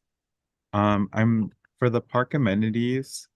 I know that they all mention playgrounds, and I think that's good because people want to take their kids to the playground in their neighborhood. But my thing is that I know that I wanted something a little bit different for some parks to have like a rose garden component, Japanese garden component. Folks want to come and read a book and be like kind of in a more quiet area. So I fear that having a playground at each park might kind of contradict a little bit of that. And I know it says required, like, is it like required, like 100%? The reason that you see that as a standard is that in general, 46% of park attendees are children. In our community, 33.2% of our community is under the age of 18. And so yes, you want that as an option for active children for the neighborhoods. What we also want are the amenities that you're talking about there. And so the way this is intended is to cover all of those facilities of all ages. And so each park, with the intention would be to get the community feedback, like Megan was mentioning with the Toledo Basin. While that one will have it, hopefully in theory, because this is not me planning it, but we'll have that playground. It should also be built by the feedback of the community to have those fitness stations, to have those quiet areas, to have the culmination of what the community wants and needs. So their voice is represented in the park. So generally, industry standards is yes, you want to have a play area, especially because we are trying to make it so that it's accessible to all the neighborhoods. That's why you want it within a certain walking distance. And in the national surveys do show that the majority of park users are children. But your point is that not only children. And so that is valid. And that's where that process comes into play. Got it. And then for these park amenities, especially for community parks that have those sports fields and courts, I think that we should add a component where we would require lighting as well, just because it does get dark. People do play the sports, also the sports. I don't know why I said it like that. Sports. But I say that because of what someone said earlier in public comment, but also because I do go on evening walks, and when it does get darker, I still see kids outside playing, practicing. So I think having lighting is super important and should probably be added as a park amenity, specifically like as a substation for sports fields and courts, lighting included. And that is definitely a valid comment. Generally, you see those in the larger ones, the smaller, I have really bad feedback. Yeah. The smaller parks, while they are used as sports fields, are not necessarily intended to be used as sports field due to overuse. The desire to have nice parks where people can go and read and stuff, and it's not always sports, doesn't mean that they don't use the parks in that sense. And so that's generally where you don't see the lights, is those parks that are not intended to have those later activities happening. Whereas when on the ones that are designated, like the comment we heard earlier, that one's kind of one of those weird things is at the time it was built, lights were not as pinpointed. And so you don't want to have lights in an area where it's going to hinder your homeowner's use. You know, at night, you don't want all those lights. But as we've gone in technology, they're becoming much better at you know, like La Santana, for instance, it pinpoints right there. And so we can start looking more into those as an option, but you still want to be careful on the parks that you do that in, because you want lights so it's safe, but you don't want lights so the activities that you don't necessarily want to be happening there are happening. Got it. Thank you. And then I know some parks, I think we have a park that has Wi-Fi, correct? Orchard Lane Park does at this point, and we want to include it at Gallardo and Arrow. Okay, cool. I think it would be nice to have in the plan for when we do have areas with Wi-Fi to also think about inputting solar powered outlets so people can like charge like their iPads and stuff. Because I know folks like to go to the parks and study as well. And I know that if we want to serve all folks, I know that teenagers maybe might like that too. It'll kind of get them out there. They'll still be on their iPads, but they can at least be out in the parks instead of inside. I think that would be really cool concept. And then I also had I don't know if this is like a comment question, but for the master plan, pets, having like some sort of pet rules, ordinance, something, because I want to make sure that people are safe if there's kids out. And I know that dogs are supposed to be on leashes, you know, and then having areas or designating some parks or some areas of parks to be off leash as well. So I don't know if that goes into the master plan to have some sort of plan on that.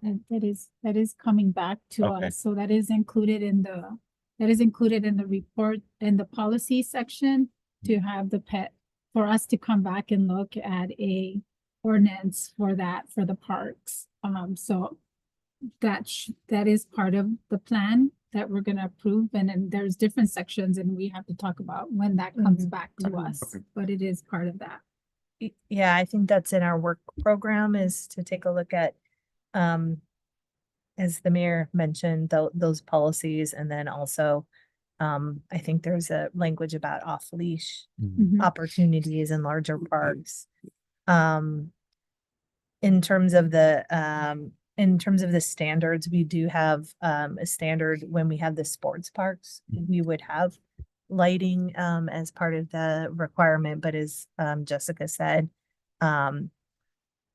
we generally don't necessarily put lighting, and it's not just that, but it's just noise too. Like if there's lighting and kids are out there playing late, sometimes residents don't like that. But as we do go through the designs on these parks, we could take a look at that. And maybe in some areas, as Jessica said, there's technology and other things.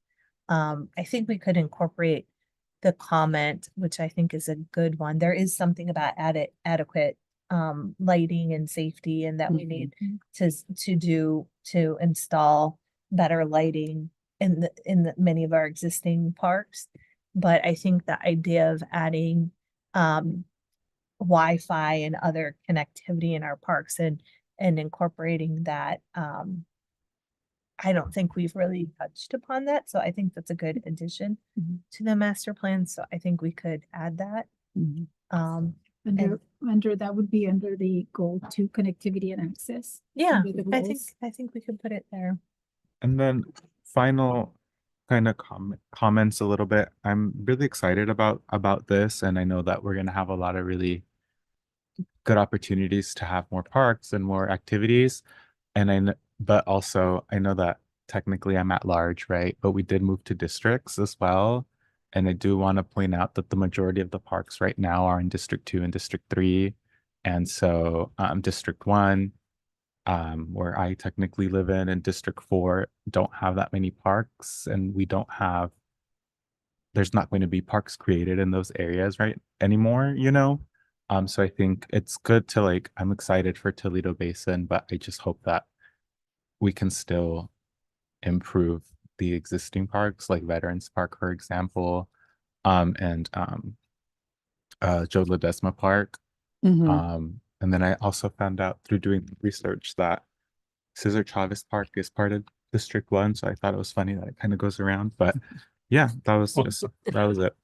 So just to further counsel, I know in the document, I know it's a very lengthy document, but it does have a list based on the feedback of the community. Each of the parks that we have, whether it's a neighborhood park or the pocket parks, recommendations for a list of different potential recommendations to be added to those parks. So even though you're in a district where you don't have additional potential parks, there is a lot that was included as part of the feedback. So it's really nice to be able to see that. We're going to get into the discussion, obviously, later of budget and implementation as part of the framework. But it is really important to be able to look at that because they do have a lot of additional amenities to be added there.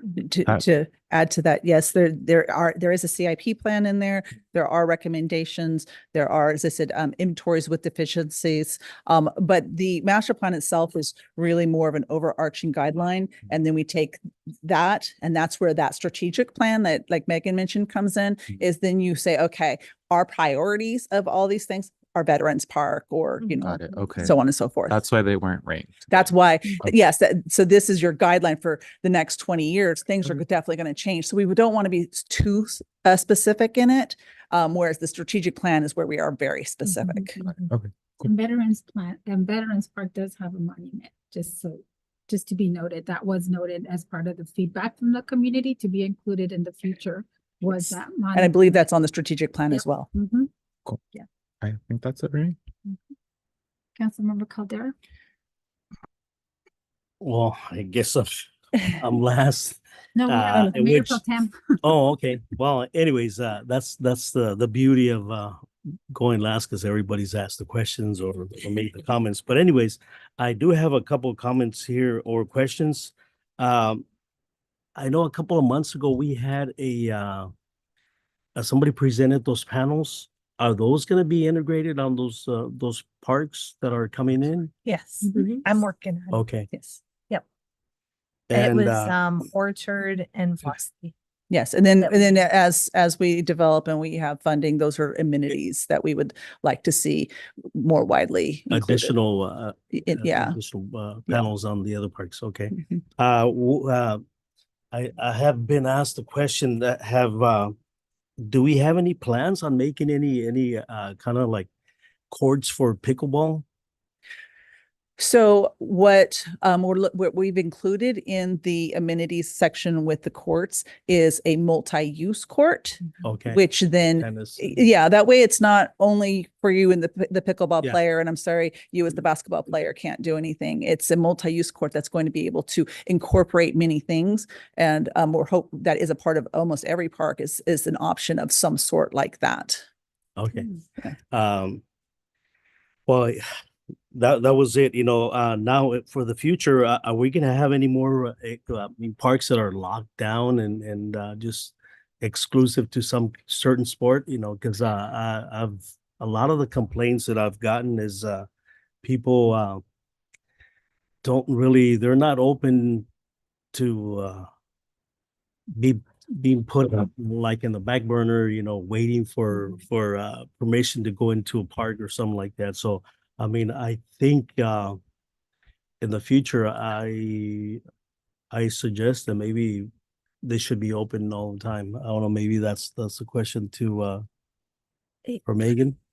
Yeah, and I would say that we would love to do that. It's kind of a challenging thing because we don't have enough. The issue is that we don't have enough fields.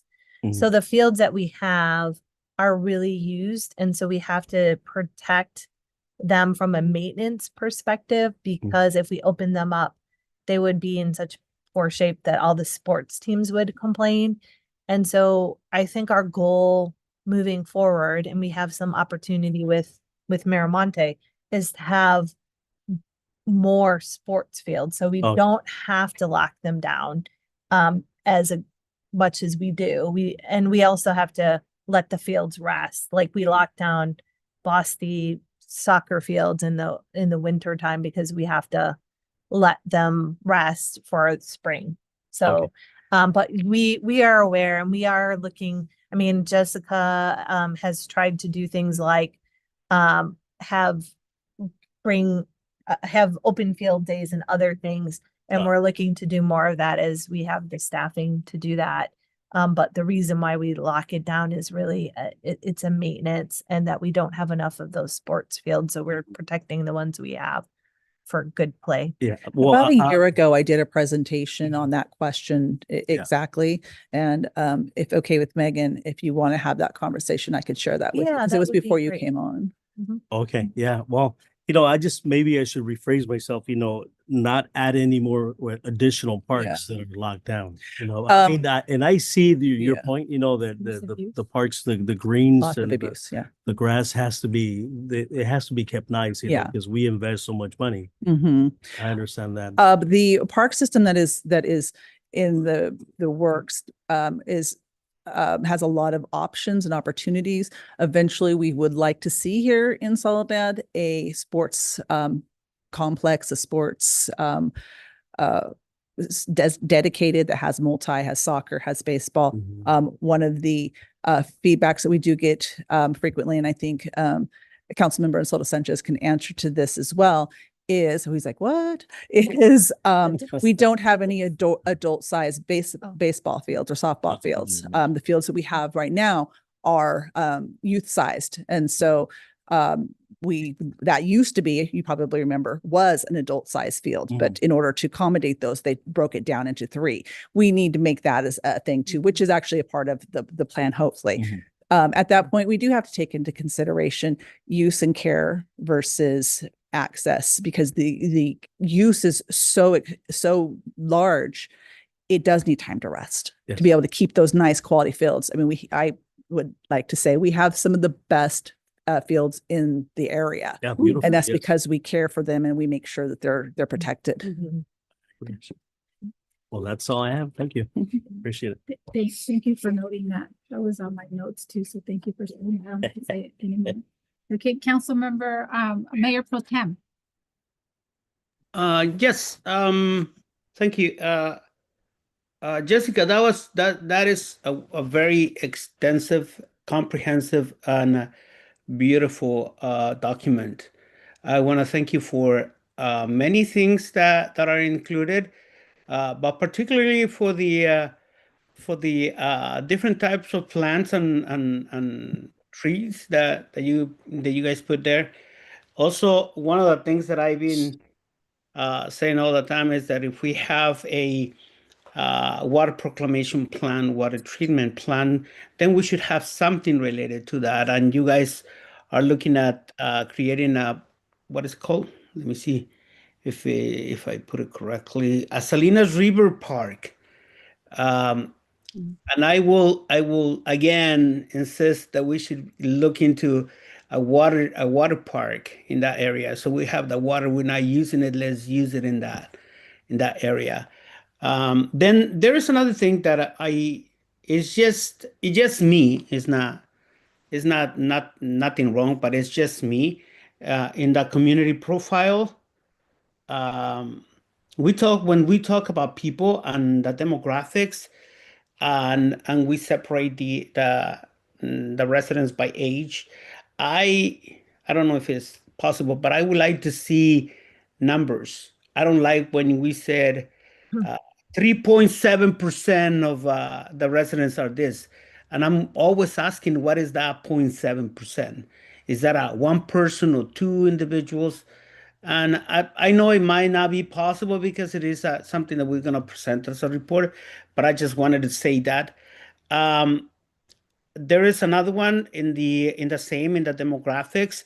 We have a lot of people that are older than 65. And I've been thinking, why don't we do a little research and find out how many people we have that are 100 years old, and just create something to motivate them to recognize their age and their contribution to our community. Those are the guys that hold um, a lot of knowledge, a lot of experience, and it will be kind of cool to recognize that. Paige, no, that's Selena's community engagement. Also, I read in community engagement that the phrase "the win is a major consideration," but I then later saw that you guys also presented ideas for using the win as an advantage to create activities. So that was pretty cool.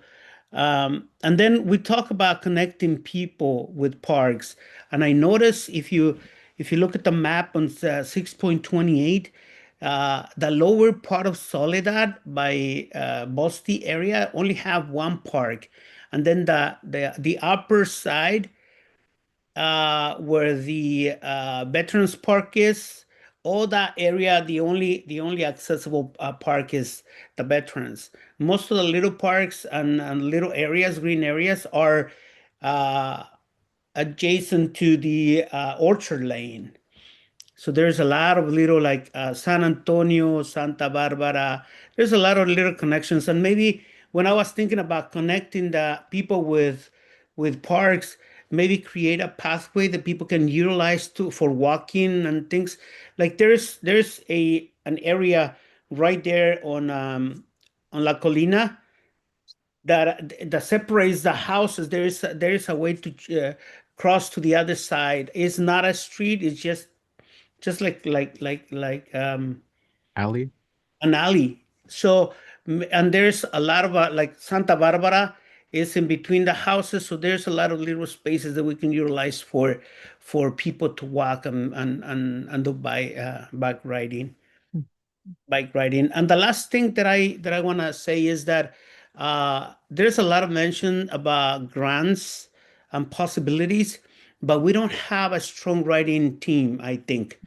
So maybe that is something that the city must work on, so that we can have a possibility, not just a possibility, but a strong possibility. We need a team, a writing team that can get us more money, because we're gonna need a lot more money if we wanna go over all these projects.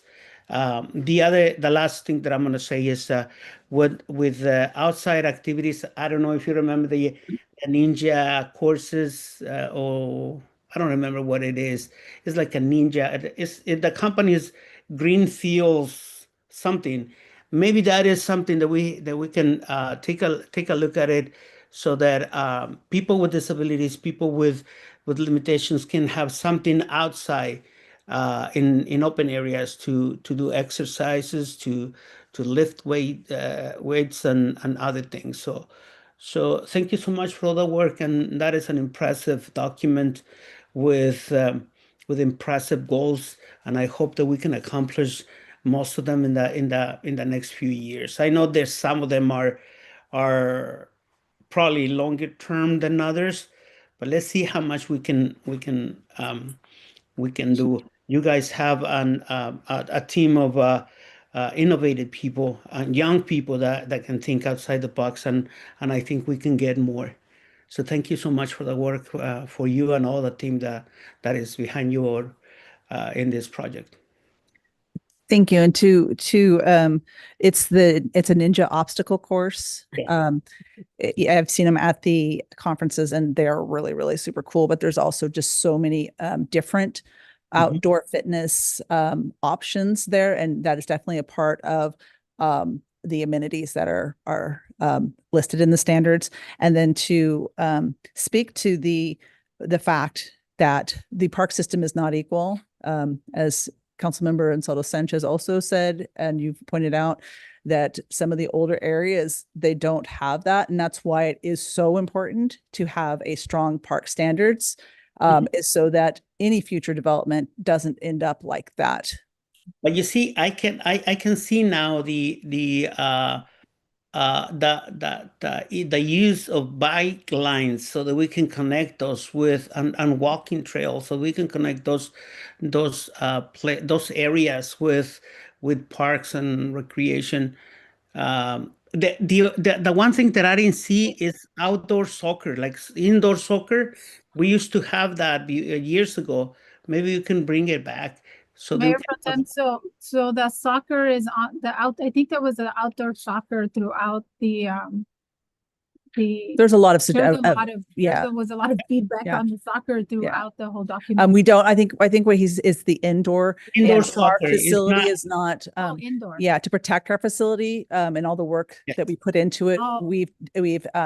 We don't want to do that necessarily in there. We have enough damage with basketball and volleyball, but it definitely is something to keep in mind. And that's also where the multi-use courts come in, is a covered multi-use court that is also a futsal court, et cetera, can really help to aid that. But you know what? The Peverini Park is an option for indoor soccer. Well, we could call it indoor, but So it's a really good place. yeah. Yeah, Mayor Pro Tem, any final comments before we move on?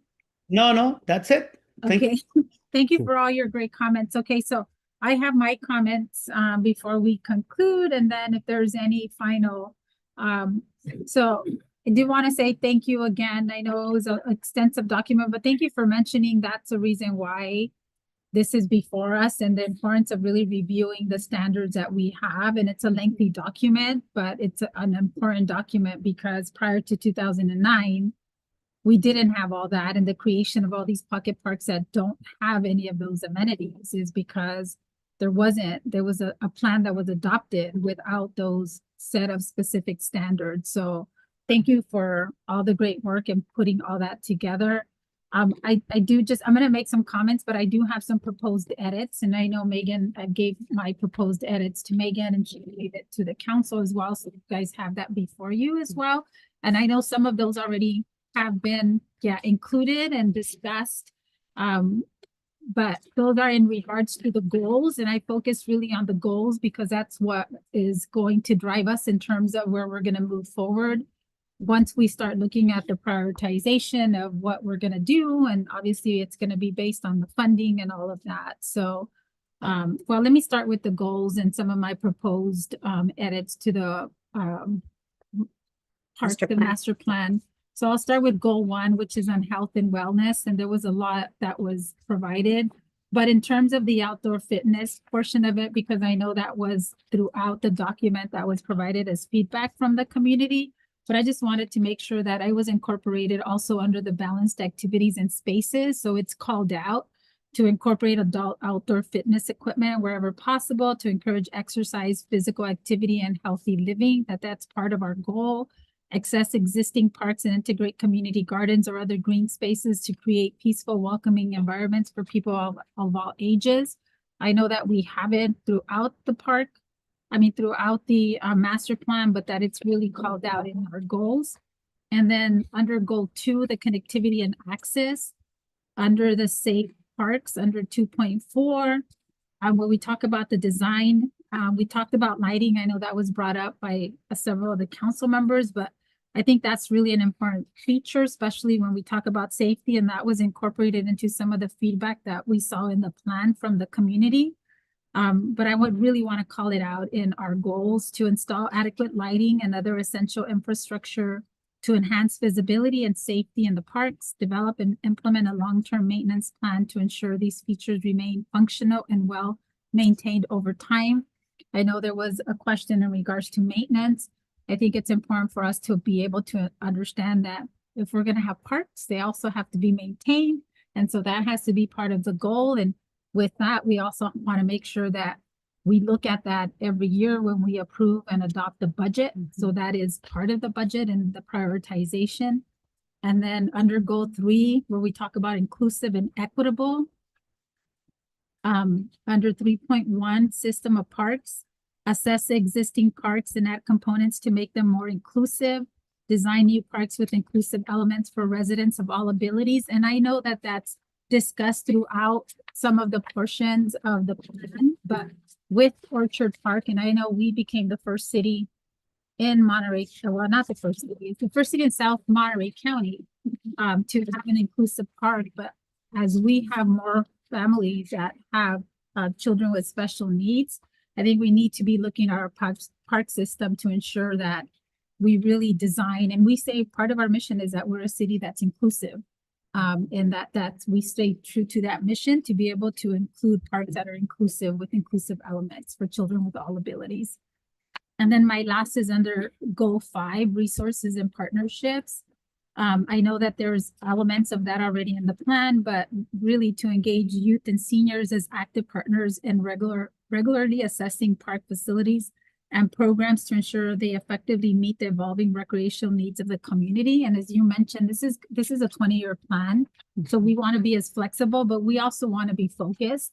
And so, as you mentioned, we have a young population and youth are the ones that engage more in the parks and families, but we also have a population of seniors. And how do we make sure that we don't forget about our seniors and that we call out our seniors as part of our goals, specifically as part of the goals under these different 5 categories that we're putting in the plan and that they're specific to that. So I just want to make sure that those are my recommended additions. So that way they're really more specific call outs on the goals of the plan. But I just want to say thank you. Everything else was great, but I just want to make sure that gets added to that. And then just just a few comments on, I'm not going to touch on some of the things that were said, but just one correction on page 19, you have Catalina Munras and then you have Catarina Munras. So just the correction on, I think you have it Catarina and then Catalina.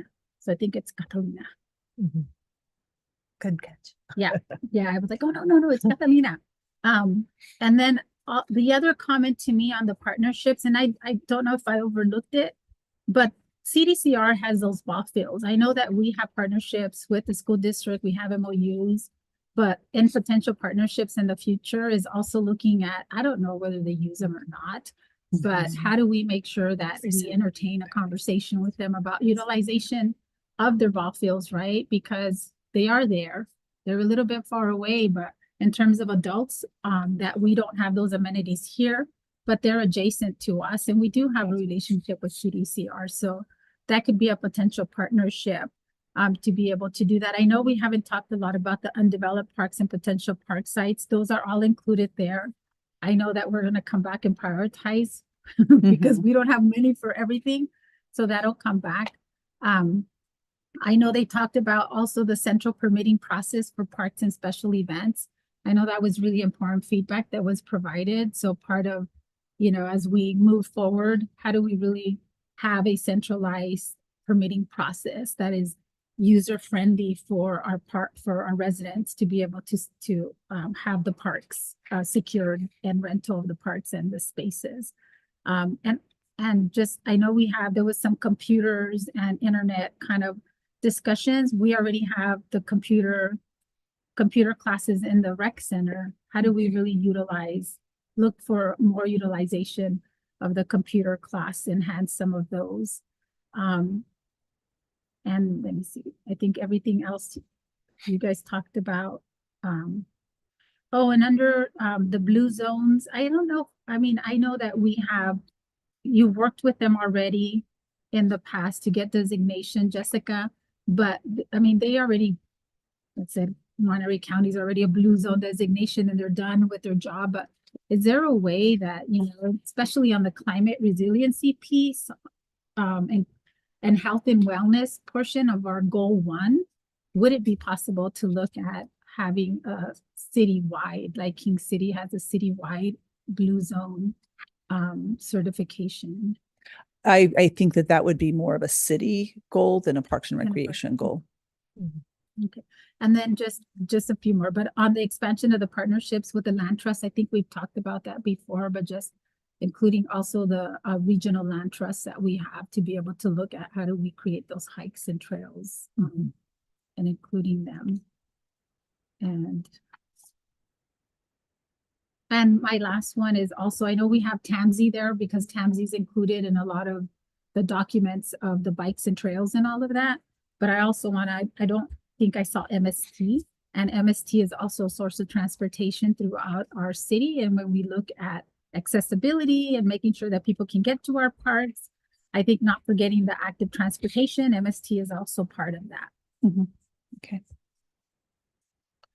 Yeah, and that was it. So thank you. Thank you so much. Okay, so Councilmember Ansaldo Sanchez, you had a final comment, burning comment that you I do. want to. So sorry. I forgot. Well, one I forgot. One is Megan's fault for reminding me. Uh, I know we're moving to having recycled water for new parks. Is that going to be like a goal as well, to have fields be watered with recycled water? I mean, I would anticipate that being a part of it. I think it depends on how this whole system works out and, that they're working on now. Okay. But I think that as much as we can, then yes. So, Just to hit the climate stuff too. mhm. And then Megan reminded me of my pet peeve, kind of parks that are what are they like? Detentions. Yeah. Yes, there are retention basins. Yeah. So maybe a goal to not have those as much. There are requirements that we do have stormwater options, but I think that there are some worked into, but the goal for us really is to stop having that as our, this is a park qualification. It should only be usable space rather than this whole thing. And some of the some things I've seen with retention basins that I would suggest for the city is to fence those in and use those for off-leash dog parks. I've seen some amazing things done with those. I agree. Because they're only really needed when it's wet and rainy, and in between times it's great space to be able to run and have that dog. That would be a good goal to have. And then final. I think what we're touching on it, but when we use equity and inclusivity, that does mean people of like all ages. So it would include our seniors and stuff like that too. Just wanted to make that comment. Absolutely. Thank you. And then just on the pocket parks, because I did have not on the retention basin. I think just making sure that the city is cautious about the risk and liability, because some of those, like Veterans Park, there's a really steep, and also Bla Santana, there's a really steep like incline Descending, dip. yeah. So, Yeah. I think it's really important for us to be able to include some of that risk and liability, to be able to look at that in the future for the parks. Because I know when they were created, I know that sometimes we need that. It's part of the development portion with the retention basins, but just making sure that in the future, they're not creating or posing any risk and liability to the cities of people and children falling, because it's pretty steep. When people are having to walk down the park. So that was the liability piece for that. Mhm.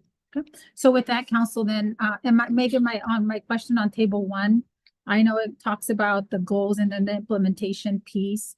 That is, we're adopting all that, but we're going to come back at a later time then to look at the prioritization of all of the different parks that were listed, all of the different amenities, and we'll come back, obviously, depending, it's a lot of money, depending on what the council wants to prioritize based on the approval of the master plan. Correct. What I would suggest, because we're supposed to bring the strategic plan back in 2 weeks, and maybe it may have to get bumped to early November, but to help us get there, if you have thoughts regarding parks that you want to make sure are in the strategic plan, go ahead and send me those now. And I'll cross-reference that and bring it back. And then in terms of implementation too, obviously every budget year you'll have an opportunity through the capital improvement plan to establish what investments the city makes. And just for clarification, so that I want to make sure there are edits that are incorporated. We have the list of edits here.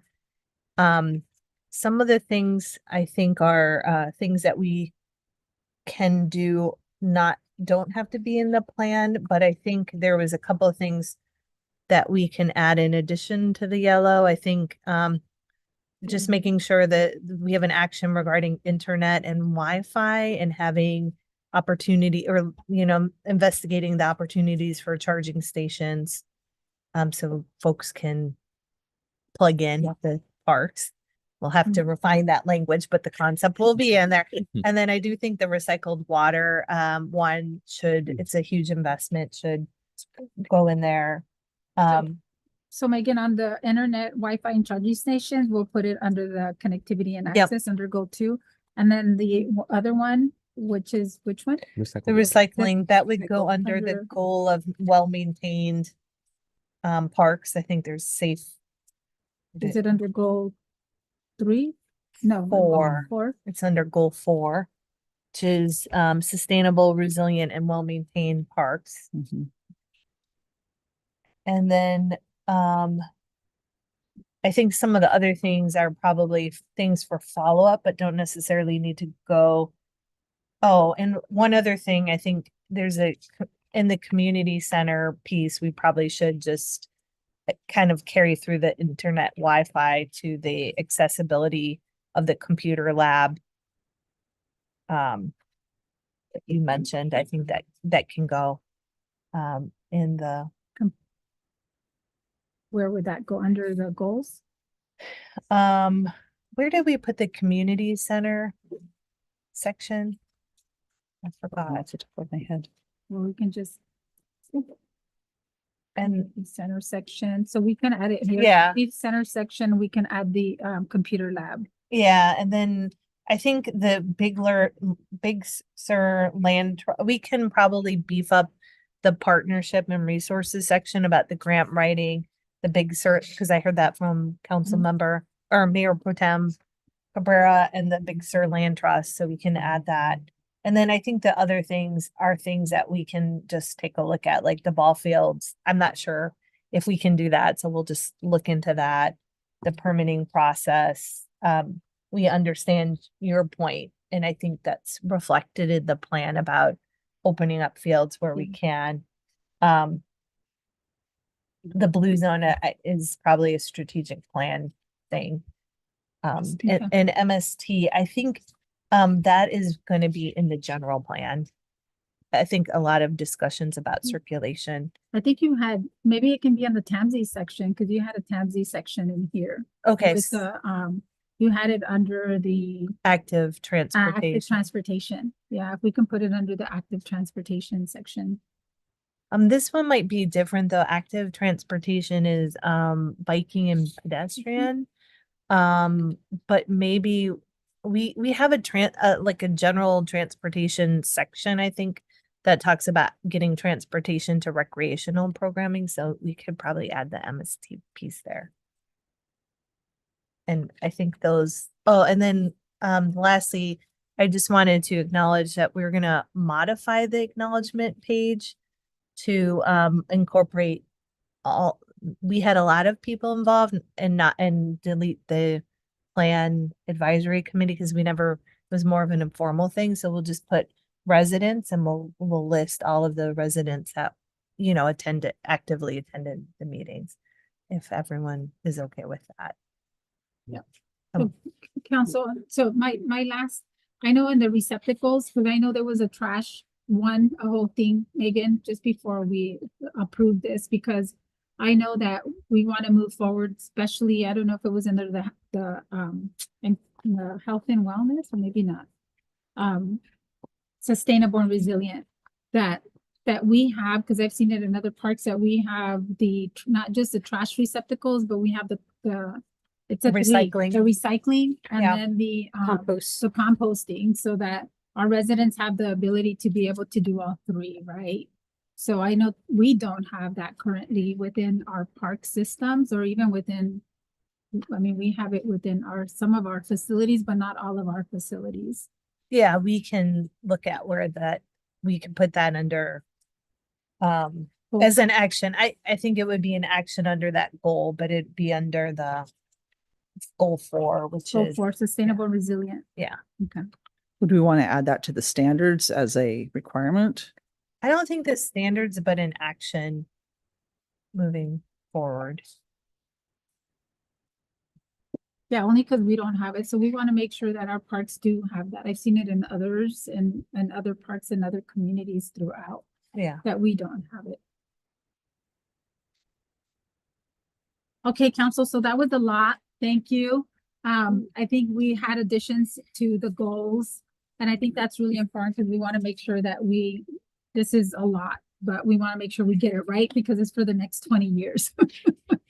And that we at least have these items that are critical included in those different and the 5 different goals that we're approving tonight, or that at least we have here with some flexibility, right, to make those changes in the future.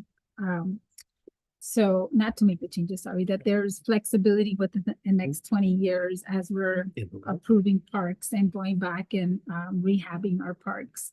So do I have to, Megan, I think we captured everything here. You captured everything as well. I think you could so- approve it with those Oh, then move modifications. it? Okay, so council, with that, if I'll entertain a motion, then if there's no additional discussion, if we can approve resolution number 6284 with all of the mentioned proposed edits to under the 5 different goals.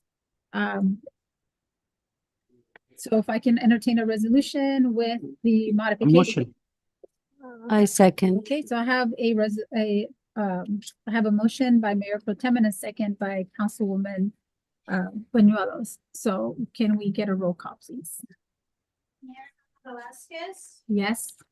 Mayor Pro Tem Fernando. Yes. Councilmember Fernando Gonzalez Sanchez. Aye. Councilmember Luis Alvarado. Yes. Yes. Okay, so motion carries unanimously. Thank you, council, and thank you so much.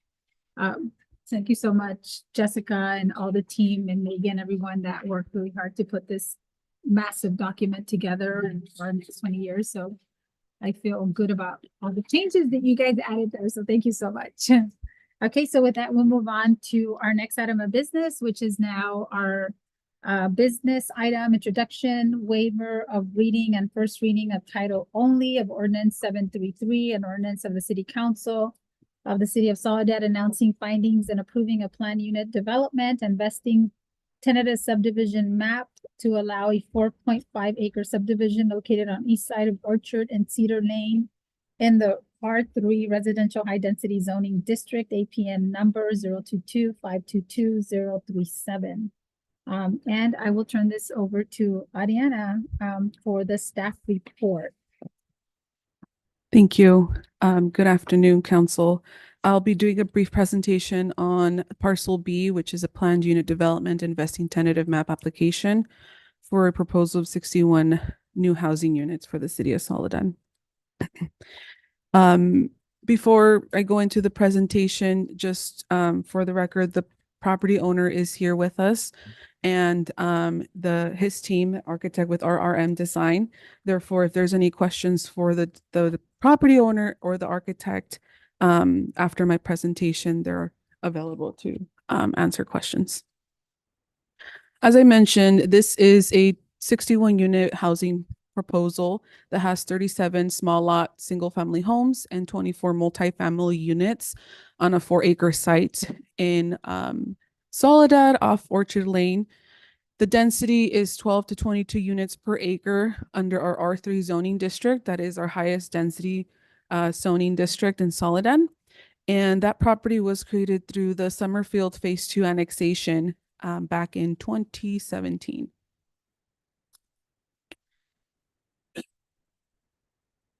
And then just for reference, this is where the location, the project is located. The Summerfield annexation did include pretty much the entire strip of Orchard Lane.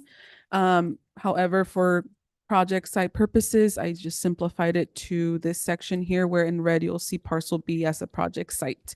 It's located adjacent to the newly formed park Orchard Lane and right across San Vicente Elementary School. As I mentioned, the project was created through the Summerfield annexation that the city conducted in 2017. Therefore, it was the site and the use was already reviewed through the environmental review at that time.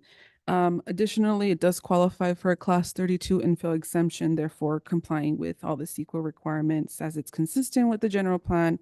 It's under 5 acres and no endangered species and the project would not result in significant events related to noise, air, and water quality.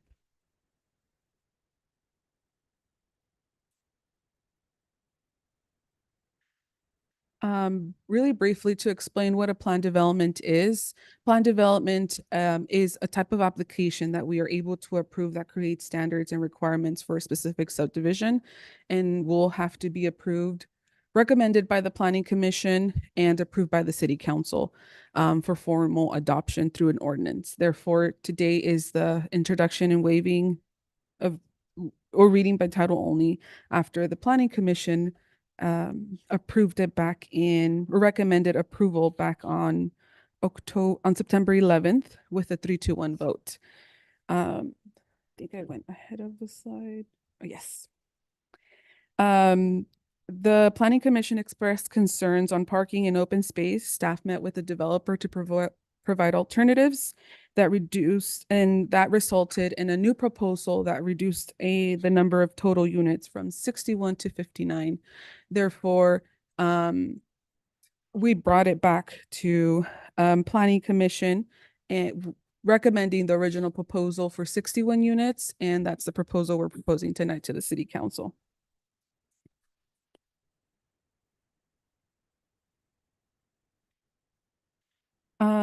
Again, going back to the plan development, traditional development standards are typically waived through this plan development process by reducing the setbacks and reducing the lot sizes. In this case, a developer is proposing to or asking the request of deviation of traditional lot sizes, open space requirements, on-site parking, and again, reduction in setbacks that results in small lot configuration. As I mentioned, as the project is proposed, the project meets our general plan with by meeting our high density policies. It is an infill development. As we saw in the map, it is going to be surrounded by other traditional housing areas and schools and amenities. And it also supports the idea of flexible development standards to help streamline housing for the city of Soledad. Additionally, these housing units will help us with our regional housing needs assessment, or RHNA numbers. And it provides a mix of housing types, having small single family homes, as well as multifamily homes. We are also developing underutilized land. And again, one of our housing element programs is promoting lot consolidation or subdivision to maximize housing density throughout. This is the site plan that is being proposed. In red, you'll see the multifamily housing units, and then the rest of the 37 single family homes are in the middle and around the property. One of the areas of this project, or one of the points of this project, is that it is proposed as a private community. This is for the maintenance and operations of the subdivision, as it does not meet our traditional standards. In this case, our traditional street width. The street will be maintained and operated by the required HOA, homeowners association, which will be conditioned with restrictions throughout, as seen in Exhibit A, so that there's proper maintenance and regulations in place that will be reviewed and approved by the city. As I mentioned, the developer is requesting deviation from specific property development standards, which through the review of the City Council can be approved. The typical lot sizes are provided in the staff report as well as in this chart. And then you also see what the developer is providing. So again, they're asking for deviations from the setbacks, which is the front yard, the backyard, and the sides. And then they're also asking for deviation of the open space requirements, as well as the lot dimensions, which we'll go over later on in the presentation.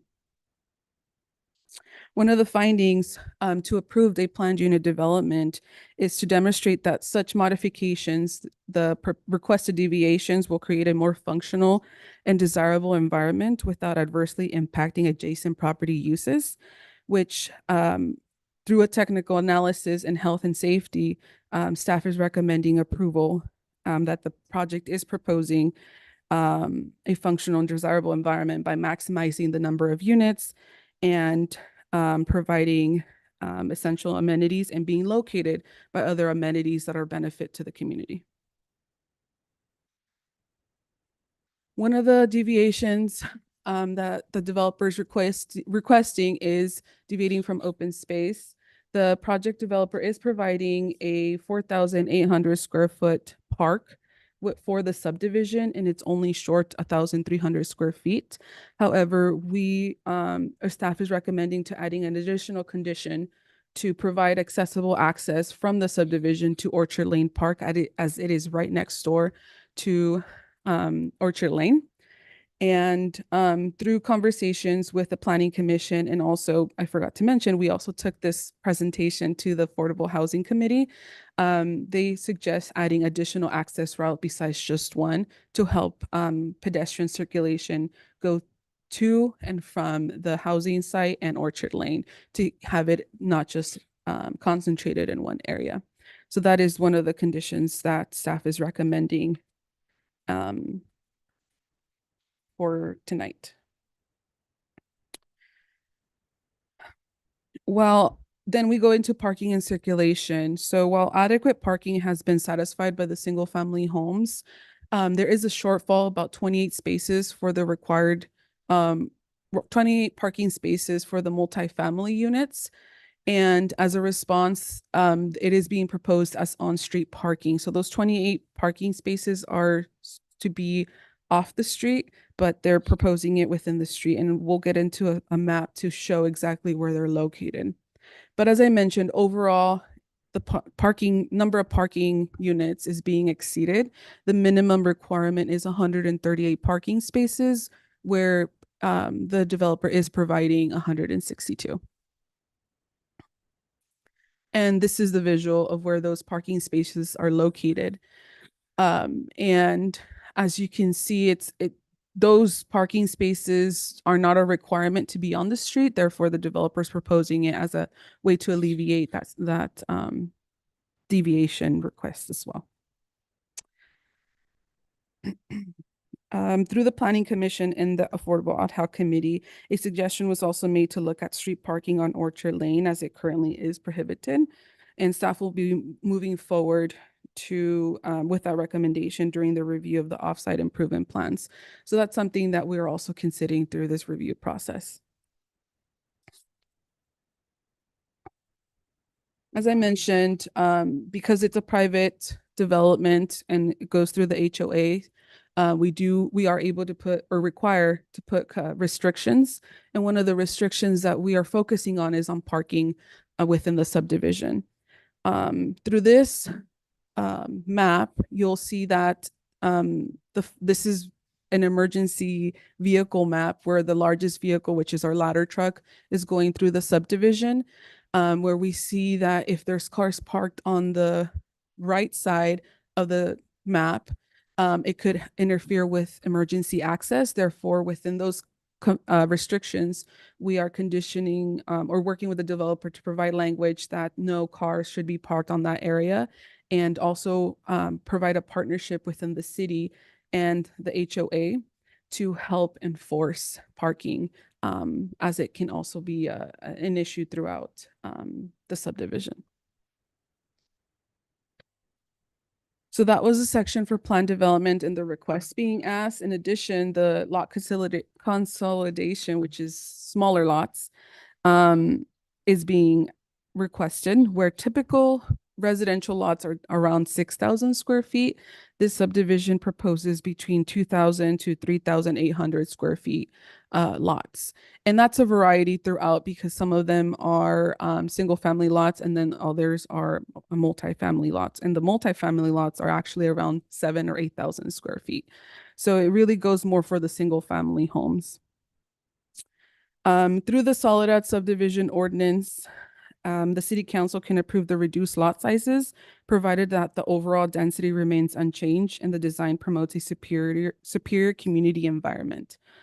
The density is being met. The minimum density was 49 units or 49 units for the 4 acres, and it could go up to 89 units. And again, as we mentioned, they're proposing 61 units. And then this is a picture of the vesting map that is proposed and currently aligns with all the easements and utility access as conditioned. We don't see any issues on a health or safety aspect.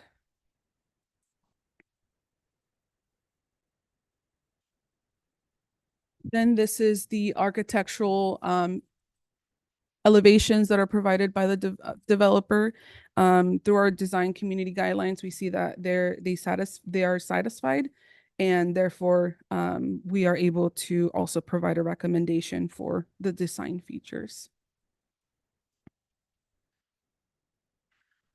At last, as conditioned, the project will need to meet an additional compliance such as a final map, building plans and improvement plans, and also meet the required affordable housing restrictions or affordable housing requirements. As mentioned in Exhibit A, the affordable housing requirements are a minimum of 20%, and the developer is providing 5 moderate units and then 7 low and very low.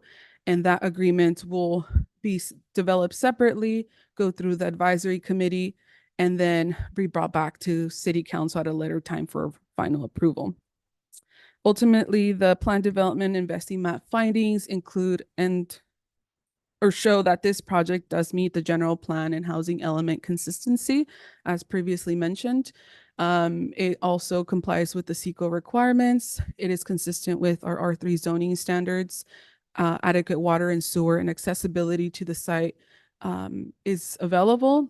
And then the sign of the maintenance of common land and facility, in this case through the HOA, has been found. And as designed, the project ensures compatibility with existing uses. At this time, that concludes my presentation, and I'm happy to answer any questions the council may have.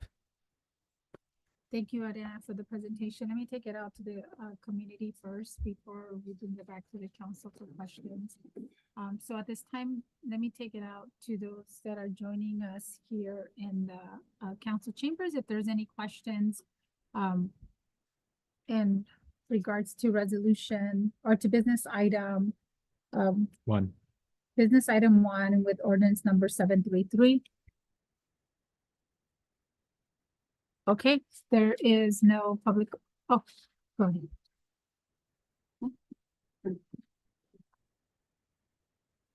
Good evening, Mayor, City Council. My name is Randy Russum. I'm architect with RM Design Group out of San Luis Obispo. Some of you have maybe seen me here over the years. I've been here a number of times. You didn't set up a time to speak for us to present, so I thought this would be appropriate. And I'll be here as well as the landowner to answer questions as we go along. I don't have a ton to add to the presentation. I think it was fairly complete. I think the concept of a plan development can be, I don't want to say confusing, but certainly somewhat of a challenge when because you're asking for something that is non-standard. The intent of it, as I understand it in your ordinance and any other city I've worked at, is these are opportunities to create something that is different, that might have not been envisioned at the time, but your ordinance allows for alternate paths to satisfy the city goals. So that's what we attempted to bring forward. When we first brought a project to the city for review, there was, I think it was all apartments, and there was concern about the size, the density right up against the residential neighborhood. And that was quite a few years ago, and there was a lot of talks that happened in between then and now. And as the market has changed for financing, we found it difficult to finance apartment projects, certainly larger ones. And so we came up with this proposal, which is definitely a hybrid solution. It does provide the density that you guys envisioned in your general plan. We have obviously multifamily, 24 units. We have really two different types of single family. Both of them sort of reduced in scale and cost compared to the neighborhood right next door. So it's a very transitional, stratified housing options there, from the very small townhome style that are very much postage stamp lots in those 4-packs.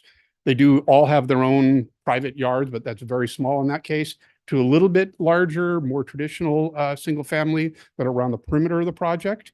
Those again have more outdoor space for them and a little more typical, but still smaller than what you'd find in the neighborhood next door.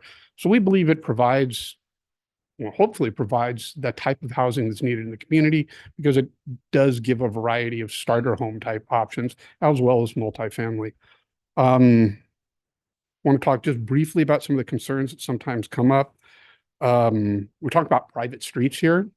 If this was just a typical multifamily project, there would be a number of buildings and probably some large circulation through it for fire trucks and people, and parking lots, as well as I'm sure some outdoor recreation space and all those types of things. All of it sort of starting at Orchard Road, and that's all private. This is fundamentally not any different than that. It's configured differently, but it's still a private access loop around the property, and to get people to their homes and to their parking, and it is supported by the development itself and the developers. So I tend to want to clarify some of those things because they sometimes can get lost in semantics. I do want to say that the parking as a whole, if this was a multifamily project, exceeds the requirement. There's a requirement of 137 units for the 137.25 units for the 61 units there. We in fact are providing 162 units, or 162 spaces. That gets distributed in a lot of ways, as was pointed out. One of our challenges has been the actual multifamily component of that, and getting enough, still trying to get the equal amount of parking that would apply to a multifamily in that area. And that's why we did use the street. It is a private street, just like it would be a private parking lot.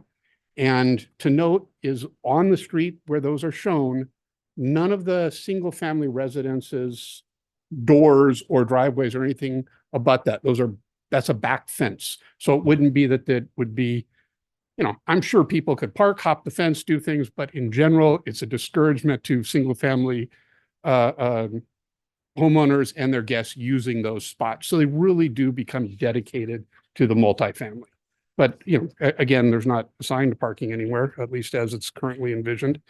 And then the last piece of this, I think, would be talking about the open space. I heard the presentation as to what these standards would require. Because this is a hybrid type project, consideration of the idea that these single family lots, each one of them, have their own open space. So in fact, when you take the total of the open space that is provided, when you look at what's in the single family, what's in the multifamily park area and all that, we exceed the overall open space that would have been required for a multifamily project. But as it's laid out, some of that becomes private, becomes dedicated to individual units. So we took a look at it and said, okay, but for the multifamily, if we just looked at that, your total would be 4,800 square feet, and half of that would be park. If you just did a 24 unit development, we are providing a full 4,800 as usable, active, open space there. That from our perspective, more than satisfies that goal that was in there, because again, all the single family units also have their own private open space. So I just wanted to share with you some of our perspective on how we developed it, why we went this direction and think it's appropriate, and we're here to answer any questions that might come up along the way. Thank you for your time. Yeah. Thank you.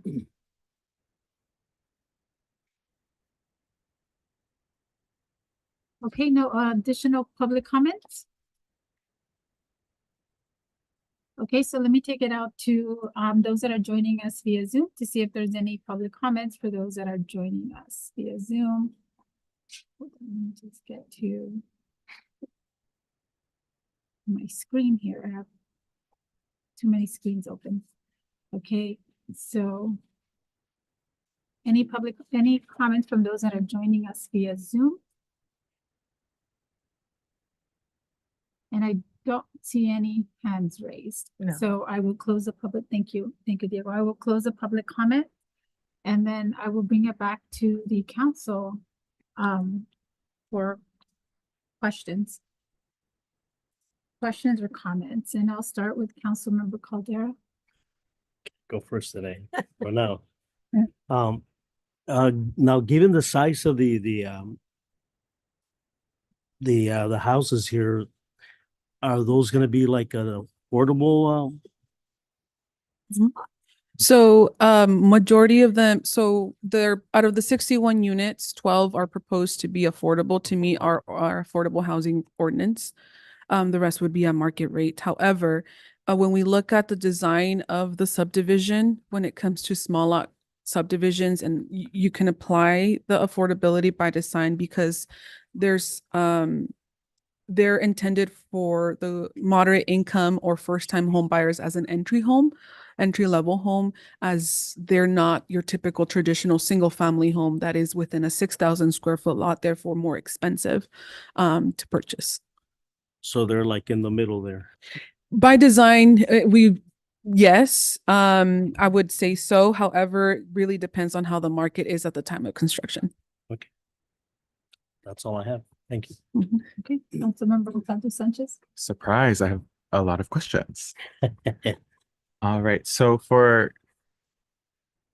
they have the side parking, so no garage parking, correct? Let me turn to the site plan. So for the middle lots, Yes.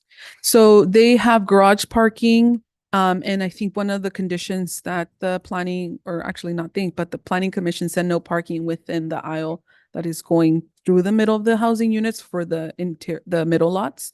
The parking that is high or blocked off in red is street parking, and that's where they're proposing the fence to, so that they don't go that way. Yeah. Because I see the car, so I'm thrown off. Yeah, so that might- was after the recommendation from planning commission. So Okay. yeah. So then- Sorry, through the chair, I might clarify, and Ariana can tell me if I'm wrong, but I think the parking spaces are denoted by the triangles within Yes. the garages. Okay, cool. So then, okay. Got it. That answers a couple of my questions. Well, first I want to say I think this is great. I've been talking about diversifying our housing stock, and I've also been talking about small lot homes. So I think this is pretty cool. So I'll start with that. I don't even know where I am. I have so many questions. No, I'm thrown off. Okay. For the small lot homes, do we have proposed median cost of what those would be? Maybe that's a question. Yeah.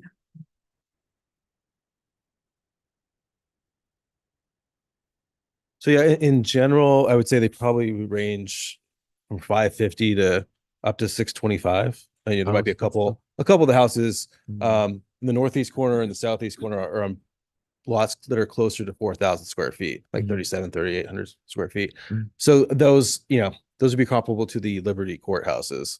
But the rest of them are, more in the 2,200 to 3,000 square foot. So yeah, so they're still, they're slightly above moderate, but 100,000 less than the vintage estates homes. So Okay. yeah. And then for the multifamily buildings, those are going to, I heard apartments, but they're going to be like more condominiums, or are they actually going to be apartments that are For now, their plan is apartments. They're planning, Yeah. okay, but they would be apartments that people purchase? No, for rent. For rent, Right, got yes. it. And then who would be the people renting them out? Would it be you? Well, we'll cross that bridge when we get to it. But Okay. yeah, that's, I mean, if we were to build this today, yes, it would be us. But And then the plan would be to maybe to sell to folks that would purchase those to take ownership of those, and they still would be rented? oh, that's as of now, no, that's not the plan. Okay. I mean, it's just it's we're just presenting this is one project that combines single family and multifamily. Got it. I was just confused if there would be like the condominiums that we have over there.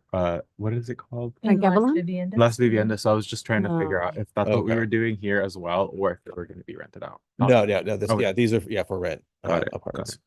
Got it. Let's see.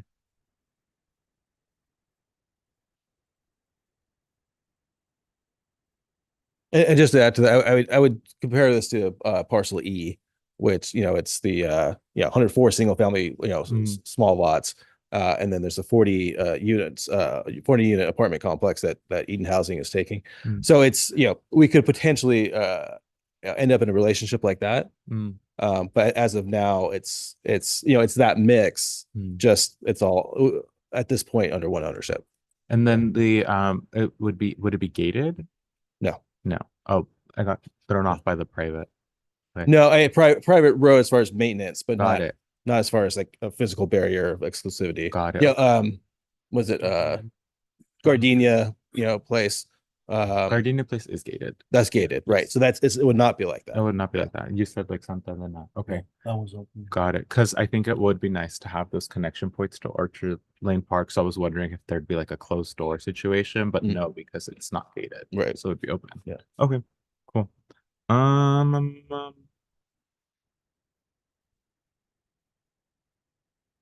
No, I don't understand my notes. Wow. Cool. Okay. I think that's all I have. Okay, thank you, Councilmember Gonzalo Sanchez. Councilwoman Benoist? Yes, Ariana, can we go to the slide?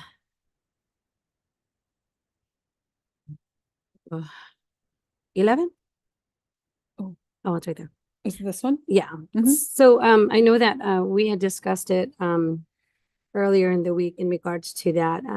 That was just my concern. I know just to put it on record, that space, that was just my concern of the ladder truck when they have those huge turns. Mhm. And not only that too, the engineer did help with this in regards to, because I know, I'm just thinking out loud, the roundabout, how before we had that ladder truck, there was some maintenance we had to do in that corner. So I just want to make sure the dimensions are safe, are appropriate when they're turning with those huge amounts of turns like they usually do.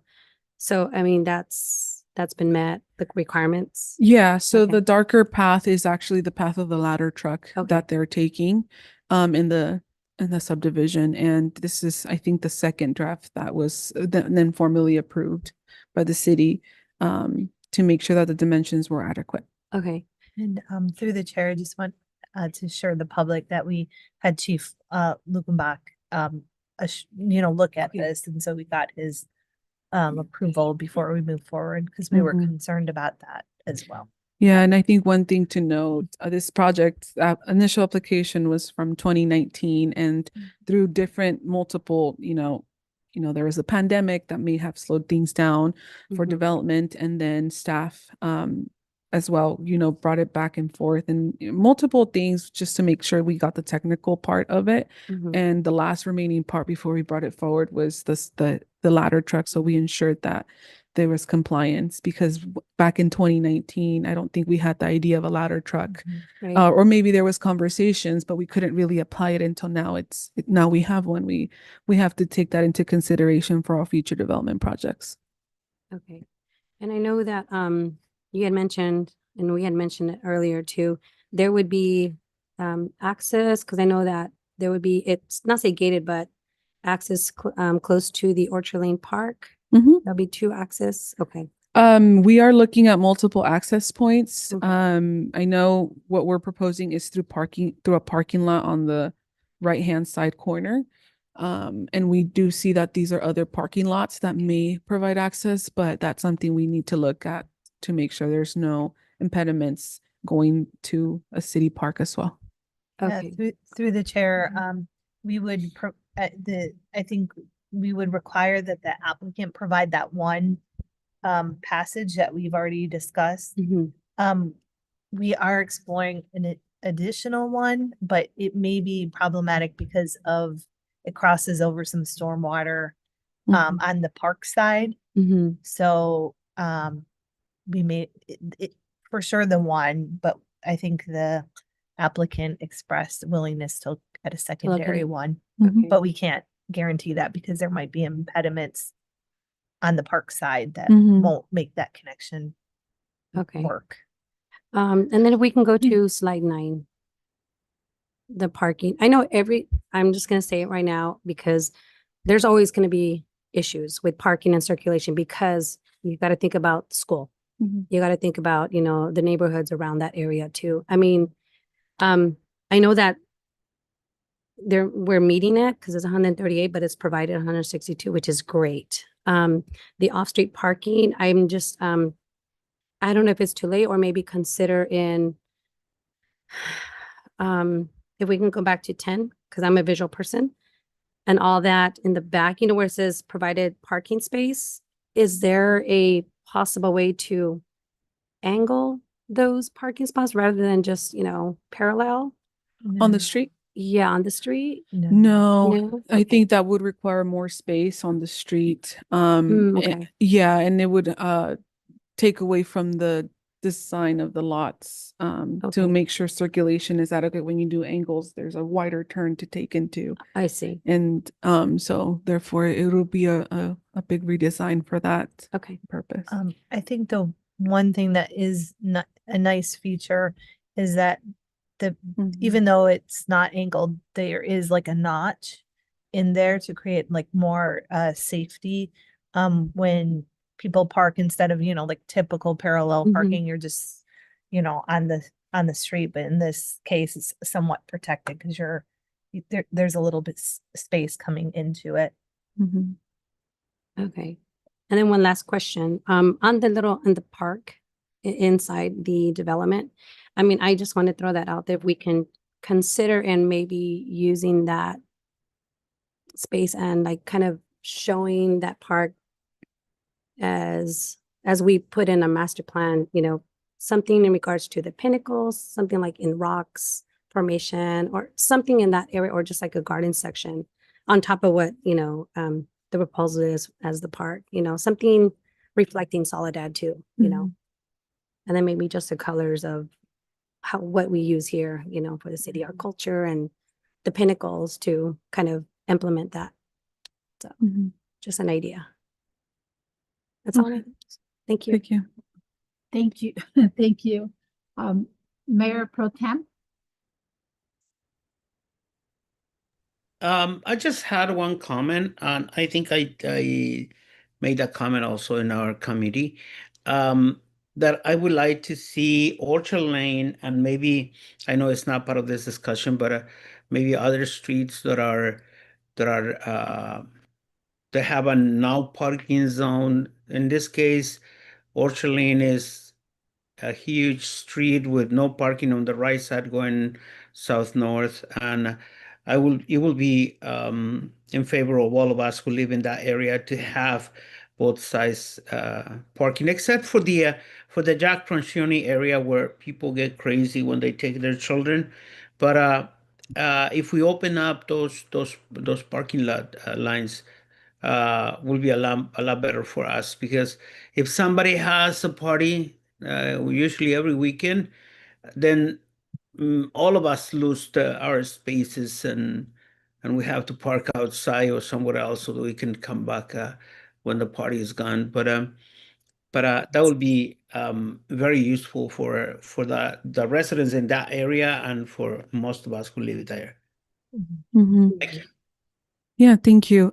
Through the Public Works Department, that's also something they're trying to look into to help with parking on Orchard Lane. And something to note that it'll come at a later time is that another development is being proposed across Orchard Lane, which is Elman Acres by the mobile home park, which will also come to the same situation of needing on-street parking, or as your traditional neighborhoods do. Therefore, we do need to analyze the street width and make sure there's adequate space to provide that first before we make that commitment of taking off that no parking signs. And once we get outside improvements also from those developers, we can see what is the best way to accommodate for parking and circulation. Thank you. Mariana, so just to follow up on that, I mean, I know I go through Orchard Lane as well, and when that opened up for a lot of the community, I just want to say, I mean, when we talk about, we just approved a master plan, and it had a lot of the need of the community to have spaces to walk, to bike, and to go through there for our families and our children, because we don't have alternatives right now in terms of other walkways, right? And Orchard Park has provided that to the community. So, I mean, if you go down Orchard, whether it's in the morning where people are running or jogging or taking their dogs for a walk or going to the park, there's children, there's mommies with their, you know, pushing their strollers, and there's kids. So, I mean, I think just as we're moving forward and we're developing, you know, Soledad, and we're working with developers, is taking that into consideration that, you know, we need the space, and yes, we need the parking. So whatever requirements that, you know, our developers are held to, that we're really looking at what's adequate, because I get it that there's overflow parking sometimes, but I also want to make sure that we maintain integrity for our families to be able to enjoy being able to have the space to be able to walk and enjoy, you know, those pedestrian corridors that we have that are very limited, because we don't have too many of those in Soledad. And the opening of Orchard has really accommodated for that. So, I mean, I just be very cautious about, you know, there's already a bunch of cars parked on one side already, and being able to, you know, look at accommodating for both sides is just, you know, there's a lot of people, I'm just saying, there's a lot of families that walk through that corridor and utilize it really heavily. Yeah, and I think and again, in brief conversations with our public works director, it's more trying to avoid the areas where the schools are located, in Orchard Lane Park, and maybe focusing towards the center of Orchard Lane and finding areas and analyzing through our traffic consultants and see what are the best ways to accommodate on-street parking on Orchard Lane, if possible. And then seeing how can we commit to some improvements on that end. But if we see that through our review and through our traffic engineer that it's going to cause a lot of safety issues and even our police department as well, then we can update that as accordingly. Yeah, and through the chair, I just want to clarify that this the project does not require or need parking off of Orchard Lane. They are satisfying the parking issue is whether or not it's on site versus off site, and that's kind of confusing terminology, but it basically means they have parking on property, but they don't have enough parking on property, but they're providing that parking on the street with that notched parking. It's not on Orchard. That is not on Orchard, but is in the private roadway. And originally it did not have that proposal, and because of that, we I think throughout the years, we've worked with the developer to encourage that on street parking. I believe it was not proposed originally, but I could be wrong. Yeah. So thank you for that. So let me just make my And comments. through the chair, can I make one last comment? Yes, and then I will finish. I have my comments to make as well. Yes, I just wanted to mention that a lot of people walk on both sides of that street, Orchard Lane, but Orchard Lane has a bike line on the right side. I don't think it has one on the left side because there's parking, but there is no pedestrian walk on the street. All the people that walk in that area, they walk on the sidewalk. So adding parking lot there will not interfere with the area where people walk. And I think that we already also have a project with the Orchard Lane to make it shorter so that people don't run that fast and create other options, right? Yeah, so Not familiar with that. yeah, I don't know. I don't know. I don't know. I remember something that when we were looking at the safe routes to school, that there was a project to do something similar to what we're doing for West Street. So, Yeah, but never mind. so, yeah, so let's move on, because I know we're talking about Orchard, but we're deviating from Yeah. what our proposal is before us, so.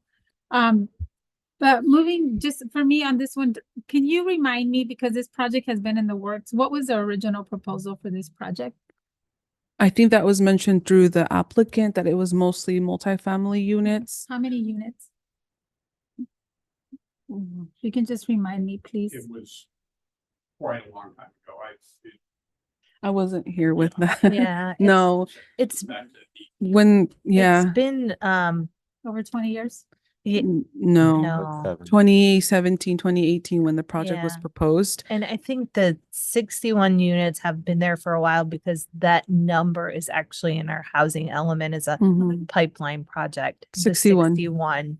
So it's 24 probably multifamily. been what, at least 4 years where you've been, yeah. So Test what would be appropriate. 61 units, but 61 units of multifamily, not 61 units of single family. No, it was both. We Really? in our housing element, it's an identified pipeline project, and I believe we put what the proposal is right now before you, because we've been going back and forth for some time with the developer on making sure Mhm. all of these things work. But the original proposal, I'm not sure what it was, as it was before staff Yeah, was here. it was probably some time ago, like. Okay, so I'm just saying, Yeah. yeah, and I'm just saying only because I do want to make sure that there's at least for me, that there's context in terms of why we're doing the PUD. And as you guys are talking about, this is rare. It's not, obviously it's something that we're doing differently, but we're doing it for a reason now. It's coming before, we're deviating. We're obviously looking at some deviations of why this parcel was in the process for several years ago. It was multifamily designated. Obviously, it's been a while. It's coming back now before us. But I just want to make sure, because there's reference to RENA and that it meets our RENA numbers, but I also want to make sure that we are also consistent in regards to what our deficiencies have been with meeting our RENA numbers in terms of the multifamily, in terms of the low and very low income. So I just want to be clear that has been a deficiency, that we have not met our RENA numbers. And that if this project was designated as multifamily, typically our multifamily does give us more in the low and very low or lower income, and not the moderate or above moderate, as we are now doing a hybrid, which is going to be a little bit, diversification, which is good, because I know we talked about diversifying our housing stock, but I just want to make those notes in terms of what the staff presented to us in terms of our RENA numbers and allocations, and meeting some of those different goals that the city has historically been deficient in those, and that we do need multifamily. We have needed multifamily units in the past because we have not created those previously, and those are important. So that's why I was wanting to make sure that I understood what was in the past proposed to what now is being proposed to us as a change. Through the chair, I just want to check, did we have a formal application before this one? Yeah. The application. The application that came in was for this proposal back in 2018. If there was other discussions, there was no formal application for just multifamily units. That's Yeah, so I don't think it's ever changed. Okay, so Yeah. it was never for fully multifamily? No, there was never an application for that. Okay. And to But you had clarify, an application in 2018. I think for this proposal. Oh, yeah. Maybe just because I know the developer has had different projects with us. He did have a proposal for 540 Gavilan, and that was all for multifamily, 100 units. It's a parcel that it's close to this one, but this one was never, that wasn't the proposal for this parcel. That was for 540 Gavilan. So maybe that's where we're bringing that multifamily out. Maybe that's creating confusion, but it was for a different project. Okay, thank you for clarifying. Thank you.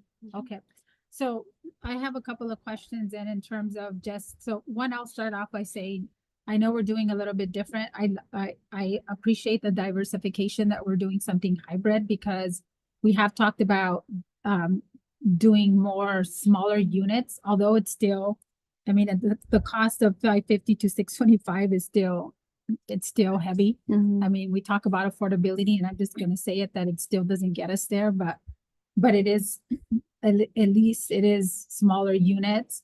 And the 12 units, I know you mentioned 20%, obviously that's within our inclusionary and there's 5 moderate. We still have to do the affordable housing development agreement, but under the 5 moderate and there's a 7 low and very low. Do we know what the mix is gonna be for the 7 low and very low? Do we already have that or is it still being discussed? No, so that the number of required units was established per our ordinance because they need to meet at least 12 units. The percentage is 5. Beatrice is Yeah, stepping up 5 to answer that question. Sorry. moderate and then 7 low and very low, but. Yeah, through our ordinance, the 20% affordable units, it's 8% moderate, 6% very low, and 6% low. So that gets us 7 units in the low and very low, but we can receive direction if council prefers 4, because it gives us a 3.2, 3 point something. It's in a number that we need to round it up. So we can either do 3 very low and 4 low, or 4 very low and 3 low. Okay, yeah, thank you. And I think I would like to look at arena numbers, and I think when we're looking at the low and very low, because I know that that's the numbers that typically in arena, Beatriz, as you know, those have been the numbers that are really, that the city has not complied with, and that typically those are the most difficult to do. So if we can have those, and if the developer kind of work with the developer to ensure if we can do my recommendation would be to look at the lower numbers of being able to look at that mixed ratio between the very low and the low for those 7 units. Yeah. On those. Thank you. And then on the private streets, and I'm just, my question on the HOA, because this is gonna be an HOA, and I have a little bit of a hesitation in terms of the HOA, and I just want to make sure that we have a good understanding of how this is going to work, because we have an HOA that's been really positive, but we have one that's been very not, I'm just gonna say it's not positive. Just a lot of different concerns with it. So I just want to make sure that the structure of that HOA and who's gonna coordinate that. And I know the developer obviously is not gonna do that once the units are developed, but I want to make sure that we have enough in our policies in terms of how that's going to work, because I don't want it to be a replicate of what we have in the, at the end of town with the HOA, where there's been multiple, I mean, there's a lot of issues, and people are just, I mean, they're not taken care of. There's a lot of, just a lot of issues in that, in those units. Yeah, and I think part of the process of why this is took a long time to come forward to a planning commission hearing and city council is to really analyze the technical aspects of design and also enforcement when it comes to parking. And as required, there's CCNRs, which I don't know, covenants and restrictions that we will be paying a close attention to. And the developer has also addressed that they're okay, and the city partnering with the enforcement and seeing how we can craft some language where the city is able to help with enforcement for any situations that occur within the subdivision. So I think that's the partnership between the public and private sector that can help towards housing development. In private subdivisions.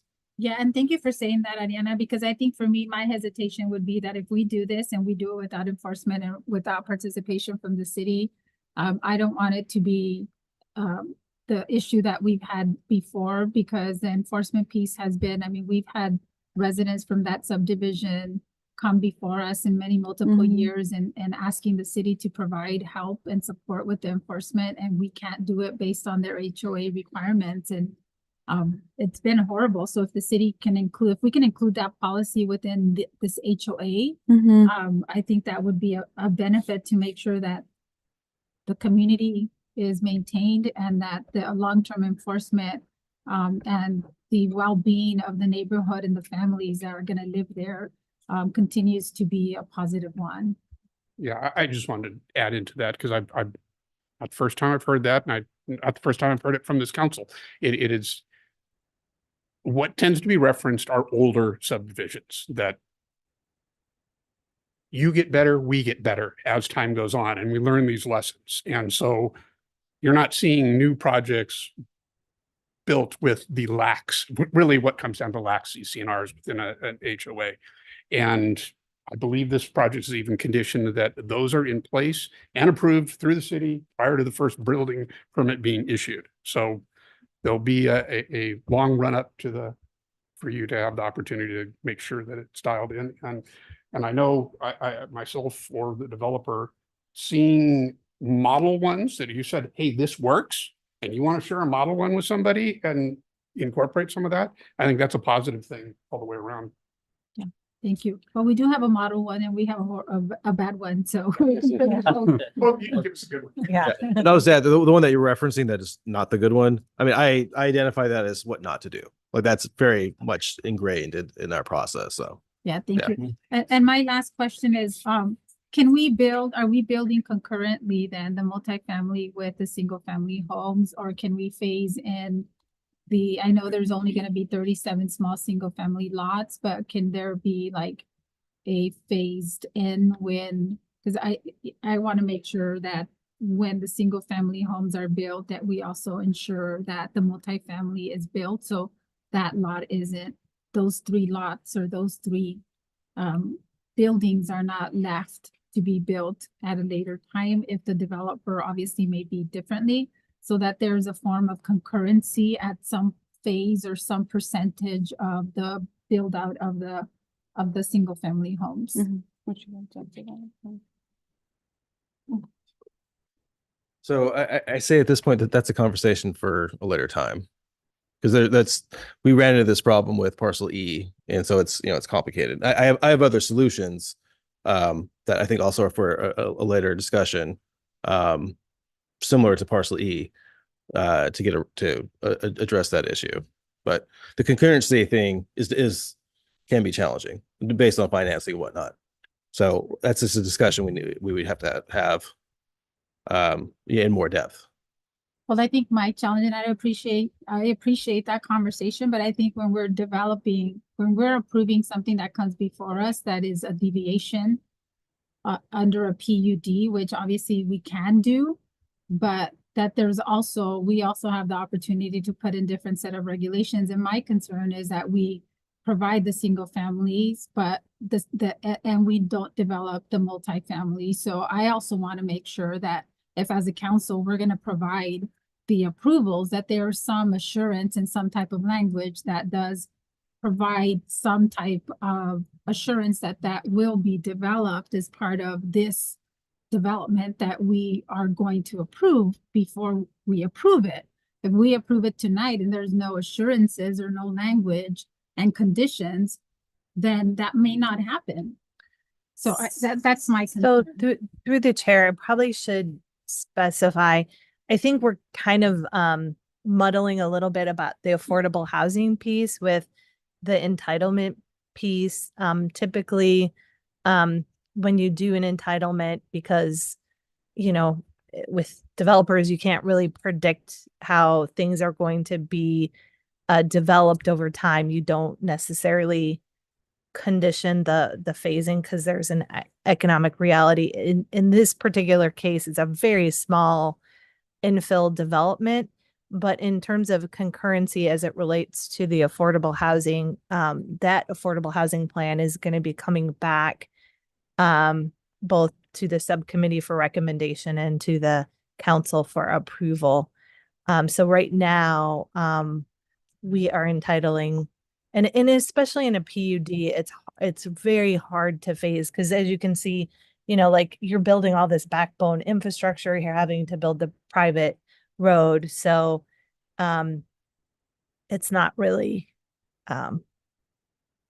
easy to phase out, especially since we're doing a subdivision it's a very small subdivision. Megan, but I So- thought in our housing element standards, we added the conditions of concurrency. So, I mean, why do we have policies on our housing standards? For when we the wouldn't- affordable housing piece in the ordinance, we do have that concurrency piece, not so much in an entitlement I was situation. Going to add into that, one of the complexities of tying those two together is they come typically in the marketplace. They're two separate financing sources.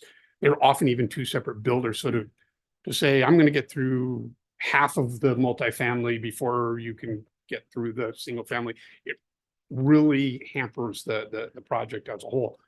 The mechanism that I've seen, as your city manager pointed out, has been tying it to the affordable housing. That so many, before you get to whatever 50%, you must have so many affordable housing units built, and that sort of forces the hand on how those play out, and it doesn't directly tie it to those two. Yeah, no, thank you for that. Beatriz is gonna say something and then I have a comment. Thank you, Mayor. Yes, and the affordable units, the low and very low are planned for the multifamily. So when we create the affordable housing agreement, that's the language that we built into that affordable housing agreement, that these units have to be built concurrently with market rate. So in order for the developer or for the home builder to make progress on the small family dwelling units, they also need to make progress on the multifamily because that's where they're allocating some of the low and very low units. So thank you. Maybe I understand the affordable housing piece. So but my concern is we're approving this tonight. You just introduced it. Or we're just introducing it. And so my concern is that we've had a history in the past and we have developments in the past that we've approved where the multifamily hasn't been built in years to come. So I just want to make sure that is not repeated again. And how do we have a mechanism? So if you're telling me that there is no mechanism, if we approve or we read this tonight and then it's still going to come back, but there really is no mechanism other than what we have to wait under the affordable housing agreement that may come at a later time. And those multifamily units, which we may be really excited about because we're getting, 24 of those, they may come or they may not. I guess that's what I'm just trying to figure out. I understand the process and I understand where we're at, but I'm just saying, I'm trying to understand what mechanisms as a city do we have in policy to be able to ensure that if we approve this, we're also going to ensure that those units will be built. The multifamily will be built and won't be left if the market doesn't condition it. I through the chair, I think that's the big challenge with in the entitlement process. I mean, the entitlements are good for so long, but I think oftentimes we have projects that get entitled and never get built because the economics or whatever happens, and it's really hard to force any developer's hand to build it. We hope, by entitling it, and we have some timelines tied to those entitlements that can help. But I don't know if Mike has something to add from the legal perspective, but. Well, no, other than you'll have a second bite at the apple with the affordable housing agreement. And I think that's what Beatrice was trying to say, which is you will have, that has to be approved prior to the time that you'll issue any building permits for any of the lots at all. Mm-hmm.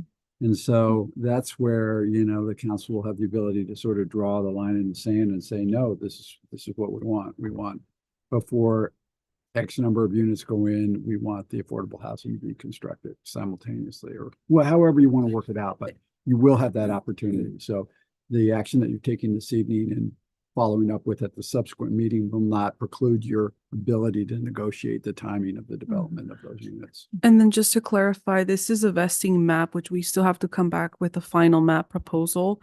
And as soon as the final map is approved and recorded, that's when you have legal lots and you're able to sell. Therefore, the affordable housing agreement through the conditions is required before the final map is established as a security that the affordable housing agreement is done and recorded on the property prior to the issuance of a final map. Thank you. Okay, that's all I have. Can I add one, because I forgot to mention it. Thank you for elaborating and explaining in regards to the HOA, the old HOA, the whatever, we had that bad. I mean, it's just a matter not to do what we're going to do moving forward, correct? Another thing that I wanted to ask in regards to it, in regards to Mayor Velasquez concern and comments regarding the HOA, maybe we should have those conversations with HOA so that way we, those build that relationship with HOA and say, hey, yes, you're private sector and we want to make sure, we had previous issues with a certain HOA, can you guys meet what we're expecting, having those conversations and build those conversations with HOA. Another thing too is, we go to the slide really quick? I have a question on slide.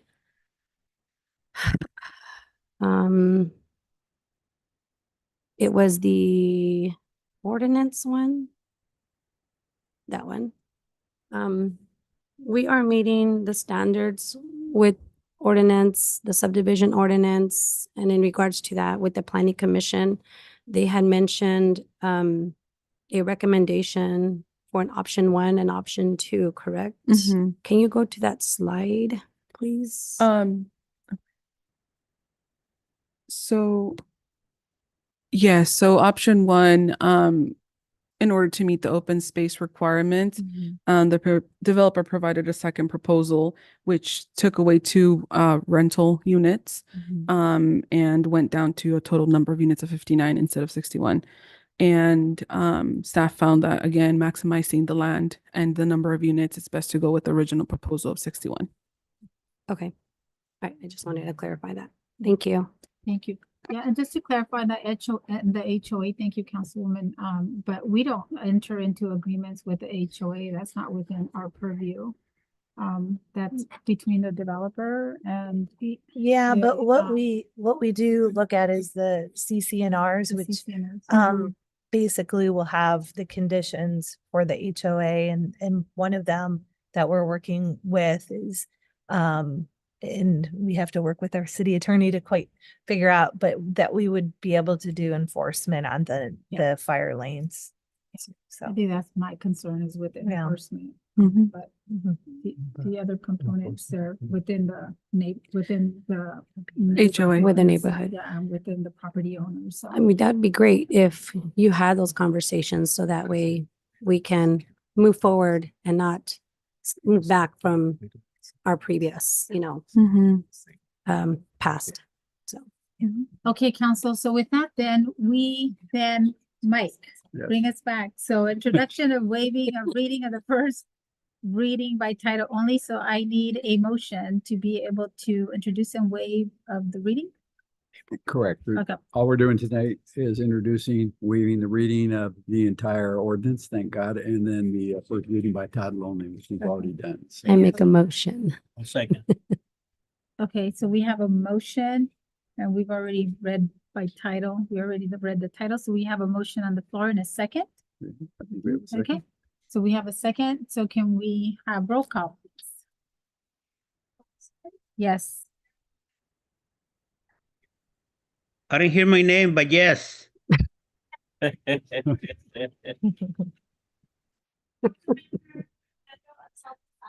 Aye. Yes. Yes. Okay. Thank you. Thank you, darling. And then just to Thank you, clarify, Adriana. we'll be coming back for a public hearing for formal adoption Okay. at the next council meeting. Perfect. Thank you. Thank you. Thank Thank you for you. being here. Thank you. Okay, so we'll move on to our final item of business. Yeah, final item of business is a referral. It's a referral from Mayor Velasquez requesting the city council consider supporting Proposition 50, the use of legislative congressional redistricting map amendments. And I do want to make sure that I do state that it's a referral coming from me, but it was a referral request from Councilmember Ansaldo Sanchez. So I will turn this over to Megan for a staff report. Yeah, and I probably maybe even best to turn it over to Councilmember Ansaldo Sanchez, since it was his referral. Me. Or Yeah, your referral both to your referral. co-referrals to explain. I did you know, this is obviously a legislative decision that is not really tied to myself as the city manager, so we don't have any recommendation. What we did is we put together the proposal we put together the information that was from the legislative office of accountability from the state of California, just to kind of outline what the legislation does. Essentially, the legislation, and there's kind of, it's a little confusing. There's different pieces of it that form the basis of Proposition 50, but essentially it's looking at revising the congressional districts to create seats that would presumably be in Democratic hands to counteract the redistricting that occurred in Texas. And so that's what Proposition 50 is about. It would have a term. So I think it expires in 2030. So it wouldn't be forever, but it would just temporarily not go through our typical process, the advisory, the state advisory committee that does the mapping. And, you know, I think I put together an oversight of what a yes vote in Proposition 50 would mean, which would be yes to the remapping, and no would be to keep it as is. So keeping the congressional district maps as is. In the packet, there is a map that shows the proposed mapping as part of the legislative, I think, accountability office. I might be saying that the LAO's report is in there. Yeah, thank you. And I just wanted to note that the Monterey County supervisors did take a position on September 22nd in support of the report, or in support of the Proposition 50. The only other thing I wanted to mention is one of the reasons typically we have future agenda items as kind of the benchmark in which we add things to the agenda, but given that there's not a lot of time, the election is November 4th, I believe. We felt like, I felt postponing it until October 15th was probably not in the best interest if you are going to have this discussion. So hence why it's on this agenda and not through the future agenda item discussion. So with that said, I don't know, Well, I'm glad that you gave the overview because I didn't know like what I am allowed to say, and I didn't want Mike to be like, stop talking, you know? But yeah, I think this came forward because I saw that the county supervisors took a position, and I'm still learning, you know, I think we all always are still learning. So I wasn't aware that we could also bring this forward.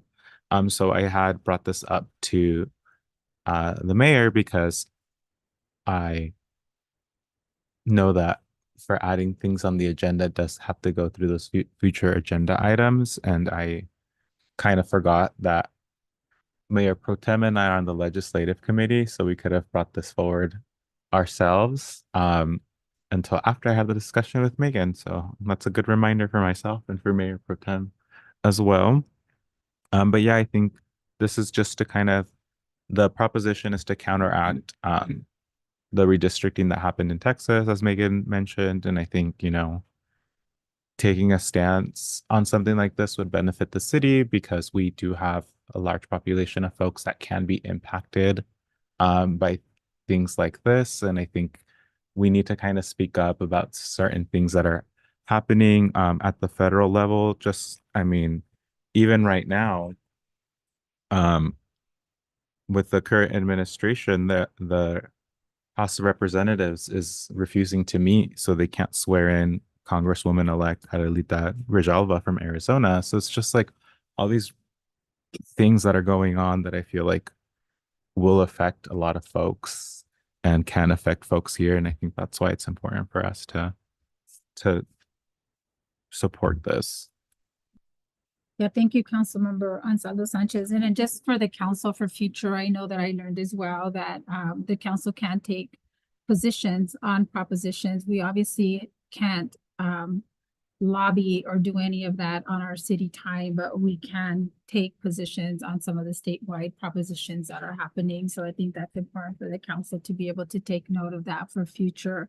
And I think this one is really critical, as was said, right? And I think at the end for us is really, you know, we really strive to support and preserve our democracy. And I think that's really important as part of Prop 50 is how do we make sure that we maintain those democratic values that our Constitution affords to every member of our community, and that we continue to support a democracy where everybody can be included, and that we have a democratic system that works for everyone, not just for a few, and ensuring that, you know, this is what our Constitution affords everyone, and our forefathers have fought for. And many of our local, you know, we just celebrated you know, different events that really support a lot of our individuals that are in the military and fought for some of these rights that we have. So we want to make sure that those rights as part of our democracy aren't taken away. So part of the efforts of Prop 50 is to ensure that. And so I think that was really important to make sure that as a council,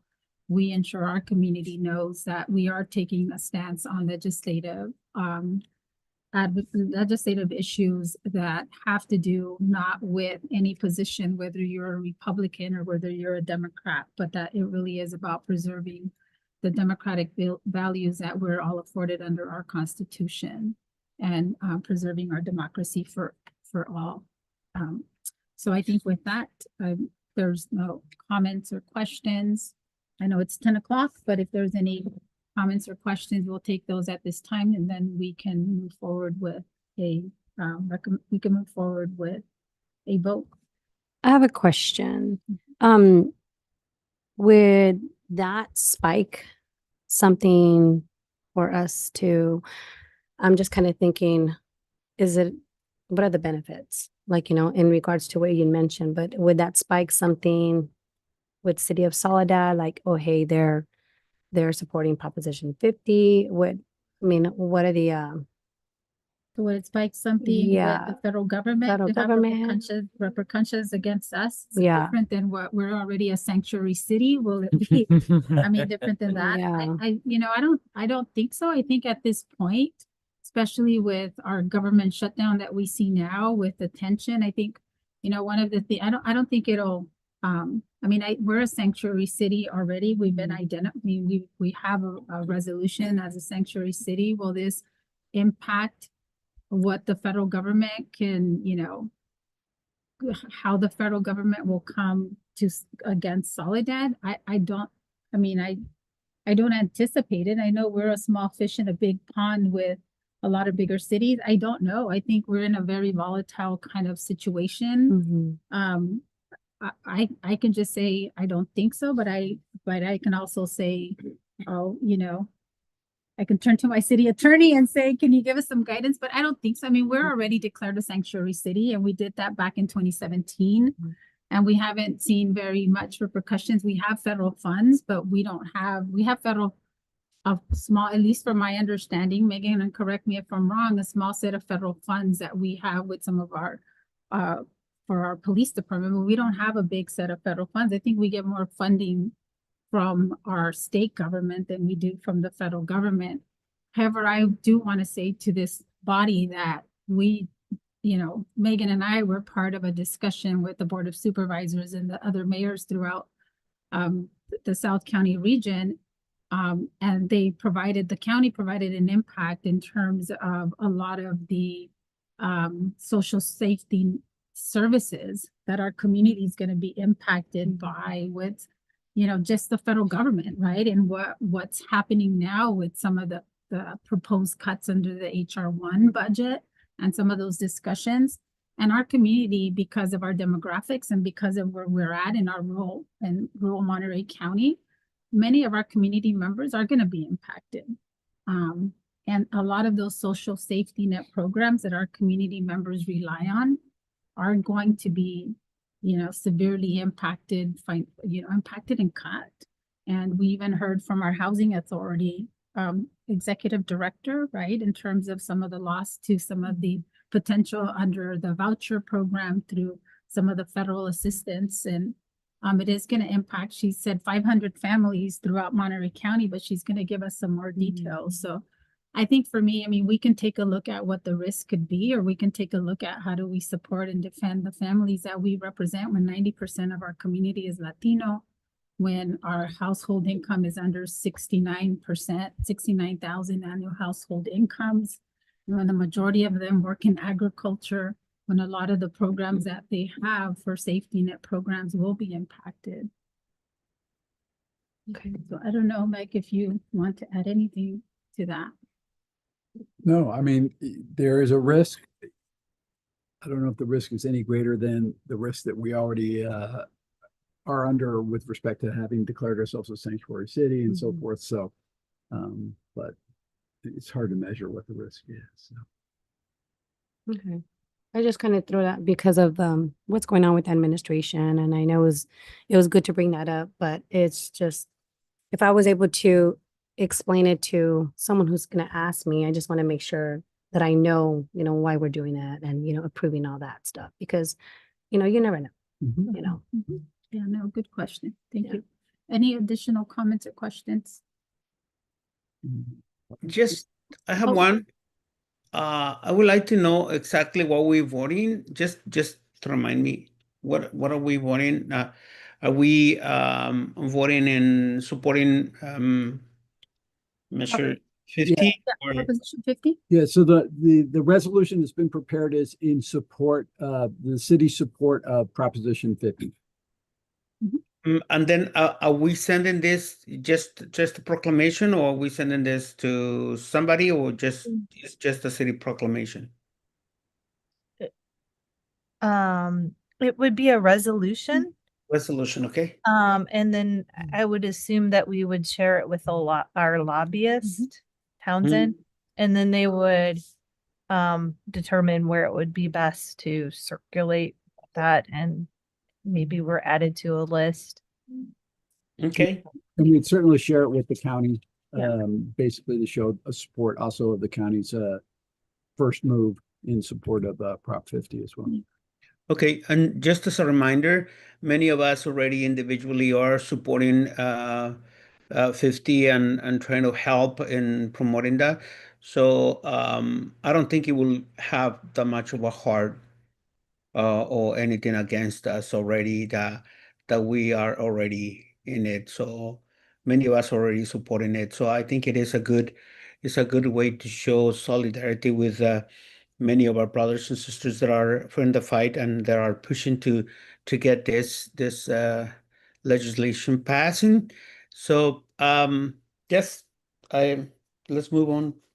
Yeah, so Mayor Pro Tem, let me take it out to the public. I apologize. I forgot to take it out to the public before I come back to the council and finalize this. Let me take it out to the public. Any member of the public that is joining us via Zoom, because we don't have anyone from the public here, but anyone from the public that is still joining us via Zoom, if there's any comments.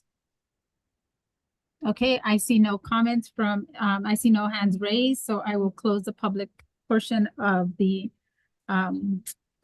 public comment portion for this specific business item, and I'll bring it back to the council for any final comments from Councilmember Caldera and Councilmember Ansaldo Sanchez, or Councilmember Caldera, because Councilmember Ansaldo Sanchez spoke already. My take on this is, I'm all for it. All we're doing is kind of leveling the playing field with the additional seats that have been open due to the whatever Texas is doing. So I'm all for leveling the field. Okay, so I'm all for Thank you. Proposition 50. Okay, so with that, then council, if there's no further comments, and I would recommend that we'd send it to Townsend, but Megan, if we can also send it to our local legislators so they have it as well. Sure. So with that, council, if I can get a motion for approval of the referral. I make So a moved. motion. Second.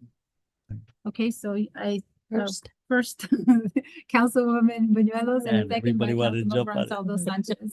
Okay, so we have a motion on the floor. If we can get a, we can get a Roll call. roll call. Thank you. Yes. Again, I didn't hear my name, but yes. We'll have to get Darlene a microphone over there.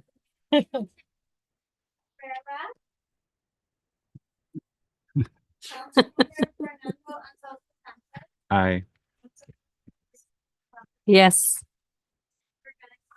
Yes. Okay, so motion passes unanimously. Thank you, everyone. And thank you, Councilmember Ansaldo Sanchez, for bringing this forward.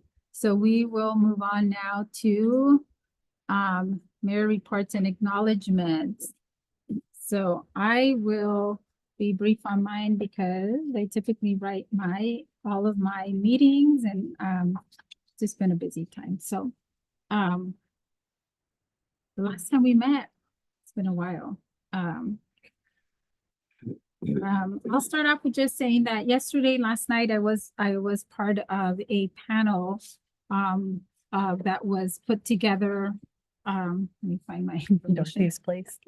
by Dorothy's Place, called Beyond the Bridge, and it was part of a solution to homelessness. It was two individuals that went around the state and looked at all of the different initiatives and different cities and how they address homelessness, and brought forth this amazing film that really had a lot of different strategies and how to end homelessness and some of the strategies that work throughout the state. So there was a different panelist, and I was invited as a mayor for the city because of our encampment resolution fund, and so was the mayor from King City because of their encampment resolution fund. So I was excited to just share with you that as South County, we're really doing a lot of great work and really supporting and providing housing for our homeless population. And I know it's been through a series of years that we've come to this point, but I just want to say thank you to the city staff and thank you to our community, because I know it's been a challenge. But at the end, we heard that, we know as a city that we want to be an inclusive city, and housing first model, what they talked about was really important. And that is a way, you first house our homeless population, and then you provide the resources that they need, and you do it in a compassionate manner that is respectful of each individual and their needs. So I just want to say thank you to Soledad residents for really supporting these efforts, and thank you to the state of California and the county for providing the funds for us to be able to move forward with this. And thank you, Megan, for being there, and Beatriz, and also Councilwoman Buñuelos and Councilmember Ansaldo Sanchez for being there last night. So, and I, on Saturday, as the rest of the council as well, participated in the ribbon cut in the groundbreaking for the recycled water project. And so I just want to say thank you to our public works staff who did an amazing job in coordinating the event, and just super excited about, being again the first Soledad continues to be really progressive and being the first city to move forward with a citywide recycle project. I want to say about over 90%, right, of our parks and our the MOU with the school district that we're gonna water their parks also with recycled water. But it was amazing to be able to see the project moving forward after several years. And then also I wanna also today we met with Supervisor Lopez, and I will be they provided us with a PowerPoint presentation of all of the different impacts to our safety net programs in Monterey County. So we'll send that to you guys so you guys have it. I don't have time to go through everything, but there's gonna be impacts. And then I just want to do a quick shout out before I forget. I think this is the last thing I'll say is I've been, I can't find it now. A couple of the Soledad High School seniors have reached out to me and have interviewed the mayor, which I thought was pretty exciting, just to share a little bit about my role. And I think for me, it's an honor for them to reach out to me. So I just want to do a shout out to Maria Diaz, to Estrella Ledesma, to Melanie, and to Jarlette. And I know we had others that came here and that we were able to interview here at City Hall. So I just want to say shout out to you. Thank you so much for the honor of being able to have you or to be part of the interview process for your project and your government project in high school. So thank you. That's all I have. Okay, so with that, I'll turn it over to Mayor Pro Tem. Can you hear me? Yes, I can. Thank you. Hold on. Let me see. I have so on September 4, I attended the legislative subcommittee with Councilmember Ansaldo Sanchez. On the 8th, I attended the MST board meeting. Some points, the important points that we talk about it is the MST national recognition. I believe they already left to the conference in Boston. They also have another conference in November, which I was offered to go, but at the end I don't have time for that right now. On September 9, attended the strategic planning meeting that we had. September 19, attended a POW Remember ceremony. September 24, attended the Affordable Housing Subcommittee along with Councilmember Eva Bañuelos.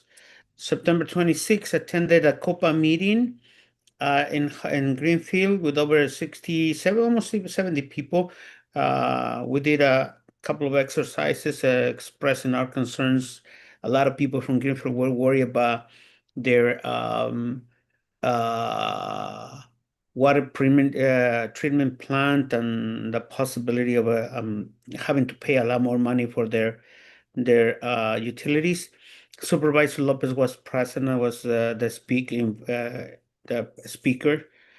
September 27, attended a groundbreaking ceremony at the Veterans along with everybody except somebody, Councilmember Eva. And then on following after that, I attended the annual conference for the parents with children with special needs in Gonzales with a recognition for Mari Flores, which was the lead organizer in that, and for all the ladies from the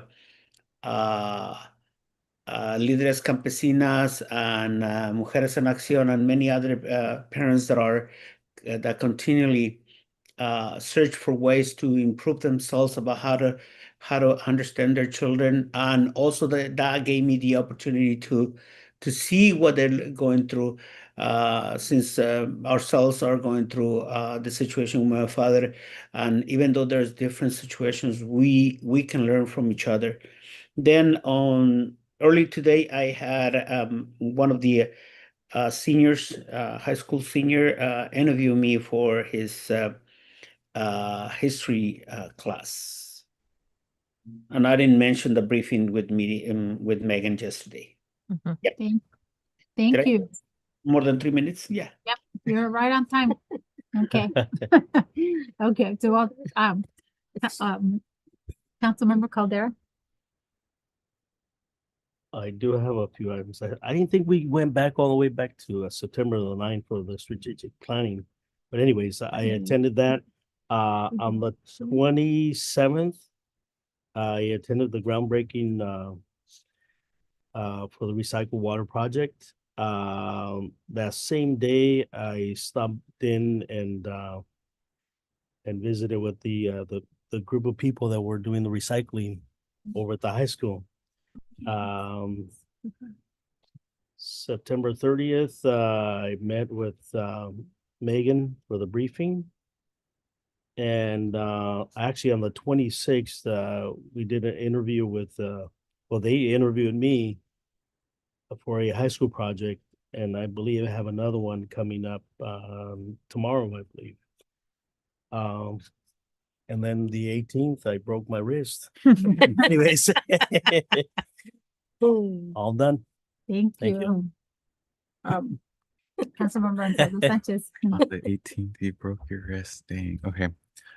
Yes. So on September 9th, I attended the strategic planning meeting. On September 10th, I attended the AMBAG meeting as I'm part of the board of directors, and I'm always reminding folks to not forget about not only just Soledad, but also just broader South County as well when projects come forward, and to make sure that they're pushing into our areas as well to ask us for our feedback. On September 19th, I attended our POW MIA recognition event. On September 20th, I attended the I was going to say the hard launch, the hard opening of Tractor Supply. On September 23rd, I had a phone interview with Soledad High School students as well for their project. I didn't know we could have come here and done it here. That's cool. That's good to know. On the 27th, I attended the recycled water project groundbreaking. Very great project, very exciting. On September 29th, I had an agenda briefing with Megan. Oh, and then on September 28th, I attended the Oaxaca by the Sea festival, which was really nice. Councilman Arizola Garcia also invited me up to the stage to recognize my attendance there as being a representative from South Monterey County. And he gave me the mic, and it's nice because I realize now, because it's still Hispanic Heritage Month, allegedly, I'm pretty sure we're the only all Latino council in the county, which I think is pretty cool. I think you're right. Yeah, I think so. So I think that was cool, and hopefully that's right, because that's what I said in my speech to the folks at the festival. And everybody, folks from Oaxaca were there. They bring delegates over, and they were very excited to hear that we are an all Latino council. They were also excited that me and Councilman Arizola are so young, allegedly. And then yesterday I attended the Beyond the Bridge film screening, which I thought was very moving and really nice to kind of have like a bit of affirmation for our city of all the great work that we're doing with our encampment resolution fund. So again, thank you to staff for that, and then shout out to the state of California for the funds. And then I also just wanted to give like a brief mention that Dame Jane Goodall has passed away today. She was an English zoologist, primatologist, and anthropologist, and is recognized as the world's foremost expert of chimpanzees, and worked with wild chimpanzees for over 60 years. She passed away today at 91. Oh, and then sorry, October 13th through 17th is Undocumented Student Action Week. So just quick plug there. Thank you. Councilwoman Rivas. Okay, so September 8th, I attended the strategic planning meeting. September 10th, I attended the Historical Society. September 18th, as part of the Civics Advisory Committee for the prisons. I attended that meeting as well. I also attended the cemetery board meeting on 9/11. I also attended the 9/11 ceremony on that day as well. On the 13th, I did speak to Tractor Supply Company. It was a soft opening, so I went to go and visit with him, got to know him, and then also his staff. On the 18th, I'm sorry, the 8th, I did also attend the Central Coast Procurement Expo that was at the Steinbeck Center. And then on the 18th, I did have a Salinas Valley Recycles meeting in Gonzales. I did have the opportunity to do a Zoom interview with high school students for their project for the local government, and shout outs to Jade and Jasmine for reaching out to me. Also, I attended the Veterans Parade Committee for Monterey County. So that's going to be in Salinas at 10 a.m. That will not conflict our veterans ceremony as well. On the 23rd, I also met with Mary and Associates in regards to recruiting a new general manager for Salinas Valley Recycles, because Patrick is going to be retiring in December. Good for him. Yeah, and then also I attended on the 24th the housing subcommittee with Mayor Pro Tem Cabrera. I also shout out to high school students on the 25th. I did also another Zoom with Jacob and Caesar for their local government class as well. And I also attended the Beyond the Bridge film and Q&A yesterday with Megan and Mayor Velasquez, and also Councilmember Fernando Ansaldo Sanchez. And it was great. I mean, I just wanted to, validate, us from South Monterey County, we're actually moving forward and people are looking at us. So it's great, that even Megan, she made that comment that, it's about heart, and she kind of did a shout out to our Mayor Velasquez and Mayor Mike from King City. So I appreciate that. I did a briefing this morning with Megan, and also just want to do a shout out to Life and Art Display. Guys, that is a program at CTF. They will be doing a art display with the inmates projects at 3 locations. At the Board of Supervisors chamber, they're going to be a display at the post office tomorrow or the next 2 days, and then the location in King City, which is Supervisor Lopez's office too. So wanted to throw that shout out too. Yeah, thank you. Yeah, thank you. And just before I forget, acknowledgements to Tri-Cities for our second citywide cleanup that they did on Saturday with NJROTC. Our cadets are amazing. And they also, I know SCAR was also accepting donations. And we had the track and field team out there from Saudette High School as well. So shout out to all of them for donating their time and being out there this weekend. So with that, I'll turn it, I don't know if Megan, City Manager reports, do you have highlights? Yeah, I just have a couple of quick things. I did want to talk a little bit about federal funding. So we were planning on coming to council to accept a grant from the Bureau of Reclamation for our smart metering program in the amount of $1.3 million. Luckily, we haven't spent anything, so because we're going to come to council to get authorization to move forward. But we did get a letter that basically says right now, they're not processing anything. So we're not going to spend anything until we understand what's going to happen with the government shutdown. But we just wanted to let you know that. That I also went to the film yesterday, and it was really moving. And what clearly the documentary showed is housing first works. The sad thing is that the Trump administration is reversing the housing first policies, because I think people have the misnomer that housing first means just giving someone a housing and not giving them supportive services. But housing first is supportive services with housing. And so I hope there's some deeper conversation about it, because I think again, housing first is a data informed process. It wasn't just invented overnight. It was 20 years of data and really great Republican areas that have employed it and have had a lot of success, as well as Democrats. So I don't think it's a partisan issue, but hopefully people will look at that a little bit more. On October 21st, we are going to have a workshop at at the community center about Toledo Basin. October 17th, the police department is partnering with Líderes Campesinas to do a resource table at Cesar Chavez Park, and there's going to be a march on October 23rd. I'll bring more information as it happens. And then lastly, Liberty Chapel Church. I just wanted to acknowledge that I did talk to Vanessa. They are going to accommodate the Halloween event on their campus this year.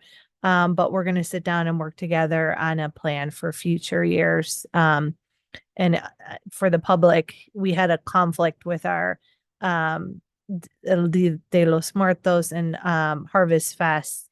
And so Liberty Chapel is going to do it on their site, but we'll do some cross promotion for people who want to know where the Harvest Fest is this year. And like I said, we will bring some of that partnership discussion back for council probably in December.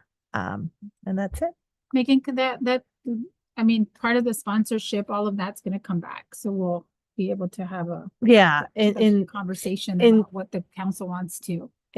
Yes. sponsor. Yep. In December. And I'll do some pre-discussions with Vanessa ahead of time, just so I can, map out some of those events. Okay. Thank you. Okay, council. So with that, future agenda items, and just really quickly, is there any future agenda items? Okay, Yes. Councilman Rosado. So I would like to bring back our policies and procedures for the council. And then also I'm requesting for our October 15th meeting to have allocated time in our agenda to receive a presentation from the cemetery board. Yeah, we already told Desiree that we would put her on the 15th, although it'll have to be super brief because we have we'll have a pretty hefty agenda, but we did agree that we would allow her some time to provide the updates. So Okay. Okay. Council member, Mayor Pro Tem. No, but I would like to express my my happiness. My wife is nominated as a Veteran of the Year this year. So, yay. Okay. That's great. Great news. Congratulations to Monica. Please give her our congratulations. Awesome. Okay. Megan, so future agenda items, I don't have, I know we're bringing back the policy and procedures. I don't know what time, I mean, I don't like the timeline. We're gonna come back for the, on the sponsorship. It's coming back in December. Will that come back in December to us? yes, I think what I would propose to do is that we have, we again adopt a slate for the year, and a budget. And that therefore it makes it easy and it doesn't feel like we're, we get another event and then another event. And I know it can feel at times like things are moving and some things get some level of detail and some don't. So if we do it all at once, I think it'll be a lot easier. And then you can see the impact, the financial impact of the entire program. And then, what I would suggest is that we do it that way instead of creating a lot of process and procedures. And then what we could do is if event wants to come forward, they would have to come back to council and kind of demonstrate that they're self-sufficient and wouldn't have a addition to the staff. And I think that will make it a lot easier because we could spend a lot of, I think it's going to be harder to implement if we spend a lot of time with guidelines and procedures. I think it'll be harder to implement throughout the year. But Okay. that's my suggestion. I can bring that proposal for discussion. And if you have other ideas, we could do something different, but we could bring that back for discussion. Okay, so Quick question, real quick. You had mentioned to revisit in December, or I'm sorry. Yeah, Okay. I mean, we tried to do that. And we actually had put together a staff report, and I think there was some questions. So I heard what council said today about concerns about funding and staff capacity and prioritization and so forth. So I'm gonna take kind of that guidance and I'll flesh out, a proposed guideline based on what you've already expressed with a slate of events with the cost, so they're all compared, okay. across the board. And then you guys we can have that discussion, see if that list makes sense. And then if we want to reduce the list or I think that, and maybe we'll need 2 meetings, so maybe there'll be a discussion item in either November or December. And then my goal is to vote on that before the end of the year, so we have the calendar year plan. Okay, And- so that'll come back then, Megan, and Yeah. we'll get to discuss that. And so, okay, so with that, thank you. And I just want to remind the council, because we have the resolutions and we have a lot of resolutions, council. So I really want to stress the fact that if you've put a resolution before on that slate that we have for the resolutions, please take a look at the resolutions that Darlene, the resolution or the proclamation, sorry, the proclamations that Darlene has sent. Make sure that you get her, if you put something before that you have a proclamation that you had moved forward on part of that list, make sure that you get Darlene or Megan that information a week before who you want to honor, because it just gets really, it's just hectic when we don't have the information in advance. And if you're not gonna have anyone, I just think it defeats the purpose of having a proclamation and we don't have anyone to acknowledge. So let's just be really mindful and thoughtful that look at the resolution list. And if you really you want someone, please make sure that you take the lead on looking at who you want to acknowledge and bringing that before the agenda goes out, please. So that way we have who's going to be coming. Okay. So just to add, Mayor, if you don't mind, feel free to, if you're going to an event or whatever, feel free to use that as the opportunity to give the proclamation. They don't all have to be at council, because sometimes I know they're important to you, but sometimes it's more meaningful to take them to that event. So yeah, and actually sometimes that's even a better idea. So anyways, that's great. So with that, then we will adjourn this meeting at